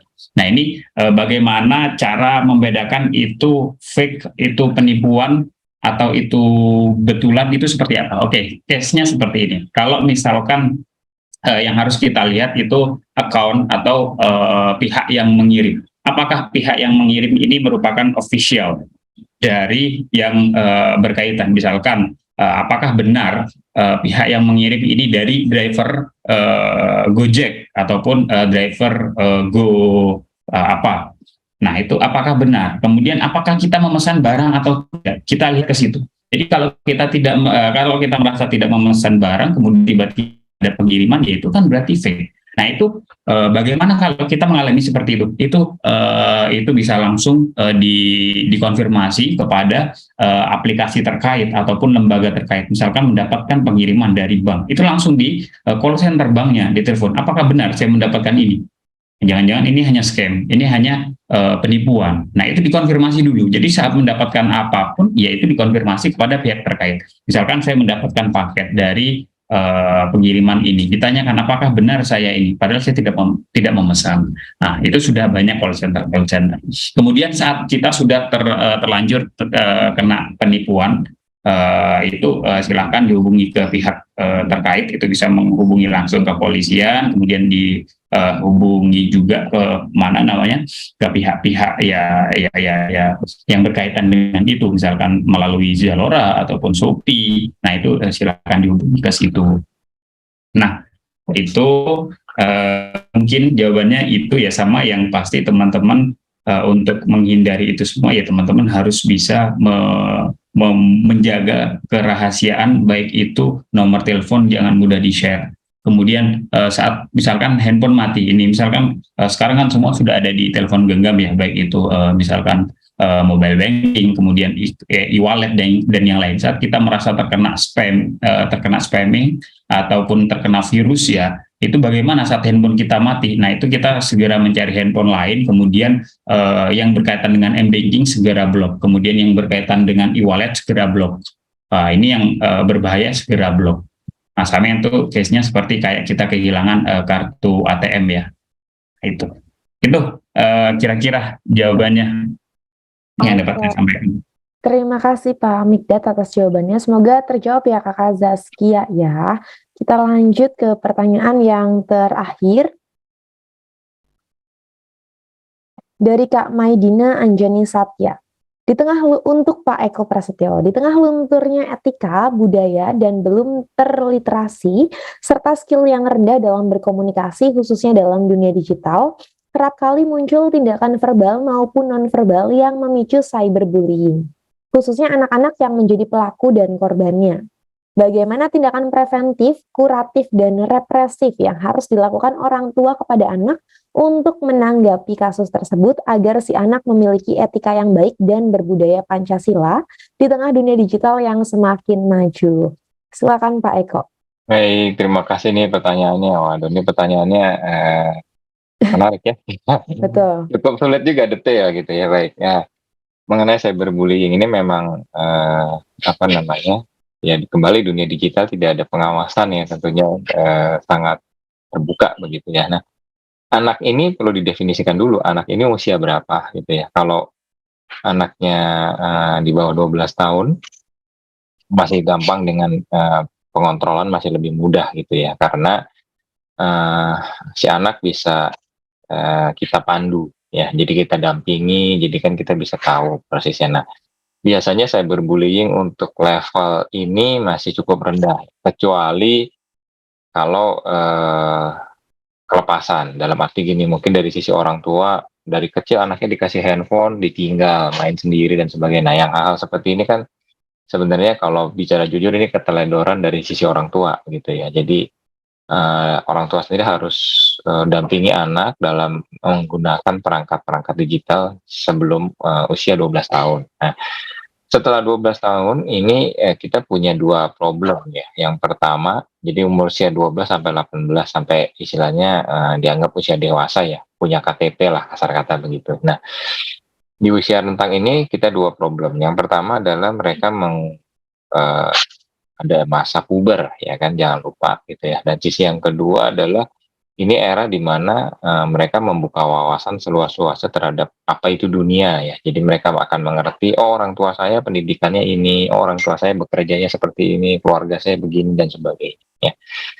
Nah di sini juga kesulitannya adalah mereka mulai dilepaskan gitu ya. Jadi mereka bisa menggunakan perangkatnya sendiri. Nah yang pasti pertama adalah dampak dari yang sebelum usia 12 itu punya efek sampai ke setelah umur 12. Jadi kalau kita dampingi dari kecil, kita ajari, oh ini cara yang benar begini dan sebagainya, si anak akan memahami dan mereka akan bisa belajar sendiri dan akan tahu sendiri, oh ini saya berbullying bukan dan sebagainya. Nah, lalu yang kedua yang saya bisa sampaikan adalah ajari anak itu untuk merekam. Jadi misalnya screenshot, merekam video dan sebagainya. Ini bisa menjadi bukti ya kan, bisa menjadi bukti untuk ditindaklanjuti lebih lanjut begitu. Lalu juga ajari anak bagaimana memahami pendapat. Nah, jadi cyberbullying itu kan biasanya berawal dari pendapat.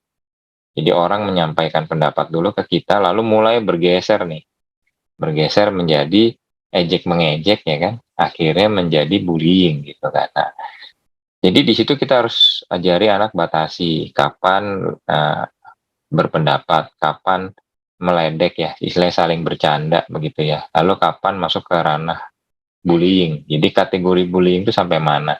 Nah, itu diberi garis tegas dan anak-anak tahu gitu ya. Sehingga ketika itu sudah melewati batas, anak-anak bisa dengan mudah menghindari begitu. Jadi dengan cepat memahami. Nah, kalau sudah umur 18 ke atas ya tentunya sudah pasti yang diharapkan si anak sudah tahu lah ya, bisa mengatur dirinya sendiri lah gitu. Nah, itu mungkin aja yang saya bisa sampaikan ya. Silakan Mbak Sasa. Terima kasih Pak Eko. Mungkin kalau sudah 18 tahun sedikit lebih longgar kali ya, tapi tetap diawasi sama orang tua ya. Iya, biasanya kalau dari atas 18 kasusnya udah bukan bullying ya nih Mbak. Udah yang lebih sulit ya kayak pornografi dan segala macam itu kan yang ya kayak contoh kasus kemarin kan yang pemukulan dan sebagainya itu kan yang mukul udah 17 begitu kan. Udah sulit nih. Semua kasusnya udah lebih luas gitu. Betul. Tapi karena itu jadi terbongkar semua ya Pak ya. Iya. Anyway, terima kasih Pak Eko atas jawabannya. Teman-teman, itu dia tadi jawaban dari pertanyaan-pertanyaan netizen Asyik Indonesia yang telah disampaikan oleh para narasumber kita. Semoga bisa mewakili seluruh pertanyaan peserta yang hadir pada Zoom hari ini. Karena sudah tiba juga di penghujung acara, saya ingin mengundang kembali para narasumber untuk memberikan kiat-kiat sebagai closing statement-nya dari masing-masing pilar nih. Yang pertama saya akan meminta Ibu Lestari, silakan Ibu. Iya Mbak, saya mungkin hari ini akan menutupnya dengan pantun. Boleh. Ke Jakarta dan Banten membeli ikan dan kopi segar rasanya. Generasi muda semangat belajar digital literasi demi kemajuan dan persatuan bangsa Indonesia. Wah, keren banget. Thank you Ibu. Kita lanjut ke Pak Mikdad. Bapak mau pantun juga? Waduh, kayaknya saya kurang bisa membuat pantun. Nah, saya memberikan masukan aja ya buat teman-teman. Dunia digital itu ya hari ini sudah hampir sama dengan dunia kita sehari-hari. Artinya ada etika yang harus dijaga, ada manner yang harus dijaga, dan yang harus diingat tidak ada yang aman 100%. Yang bertugas membuat aman, yang menjadikan aman tugasnya siapa? Tugas kita sendiri, yang dimulai dari kita, dimulai dari hal-hal terkecil di sosial media. Terima kasih Mbak Zaza Terima kasih dan para Pak pemateri Ida. semua. Yang terakhir kita dengarkan closing statement dari Pak Eko. Silakan Bapak. Baik, mari kita galakkan ya kreativitas kita, kemampuan kita di dunia digital untuk membawa nama baik bangsa dan negara. Baik, terima kasih Pak Eko. Terima kasih kepada para narasumber kita yang telah memberikan kiat-kiatnya sebagai closing statement dalam tema etika pelajar di dunia digital dari masing-masing pilar nih, yang tentunya sangat bermanfaat bagi netizen asyik Indonesia. Untuk memperjelas, saya mau kasih resume sedikit ya dengan diskusi kita hari ini. Internet adalah anugerah, tapi bisa menjadi bencana apabila kita tidak bijak dalam menggunakannya. Adanya teknologi bisa kita manfaatkan untuk mempermudah aktivitas kita sehari-hari.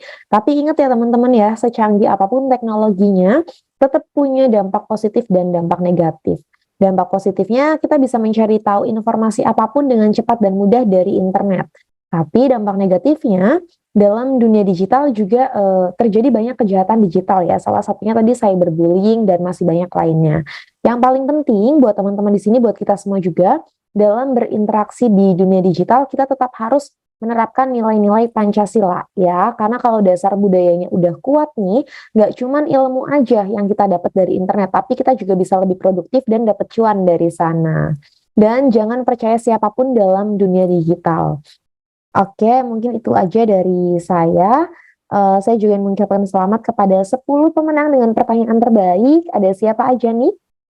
Boleh ditampilkan kakak? Oke, yang pertama ada kakak Abdullah Hairil Ramadan, kak Zaskia Raifa Apriliani, kak Maidina Anjani Satya, kak Muhammad Agung Sanjaya, kak Renata Ananda Novelia, kak Salsabila Nur Zahwa, kak Dava Wahyu Firmansyah, kak Nindya Tahta Nurhana, kak Nur Syifa Hibatullah, Kak Putri Ramadhani. Selamat kalian berhak mendapatkan saldo dompet digital. Bagi para pemenang boleh mengirimkan data yang diperlukan ya kepada tim admin.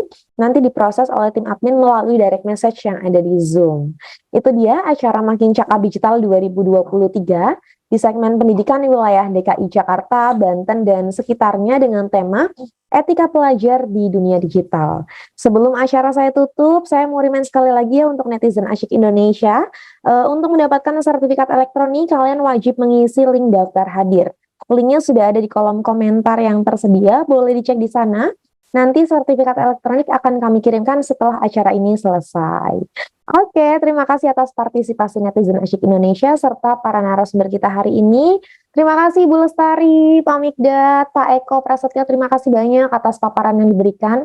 Semoga bermanfaat ya bagi kita semua, terutama dalam literasi digital. Akhir kata, saya Hirza Zanuba pamit undur diri. Selamat sore dan sampai jumpa di acara Makin Cakap Digital 2023 berikutnya. Terima kasih semuanya.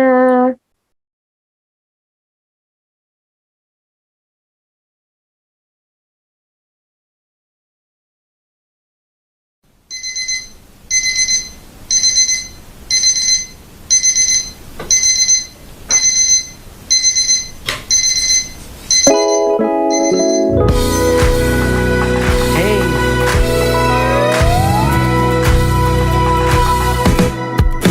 Hari ini, mulai hari ini, jangan lepas kesempatan di depan mata.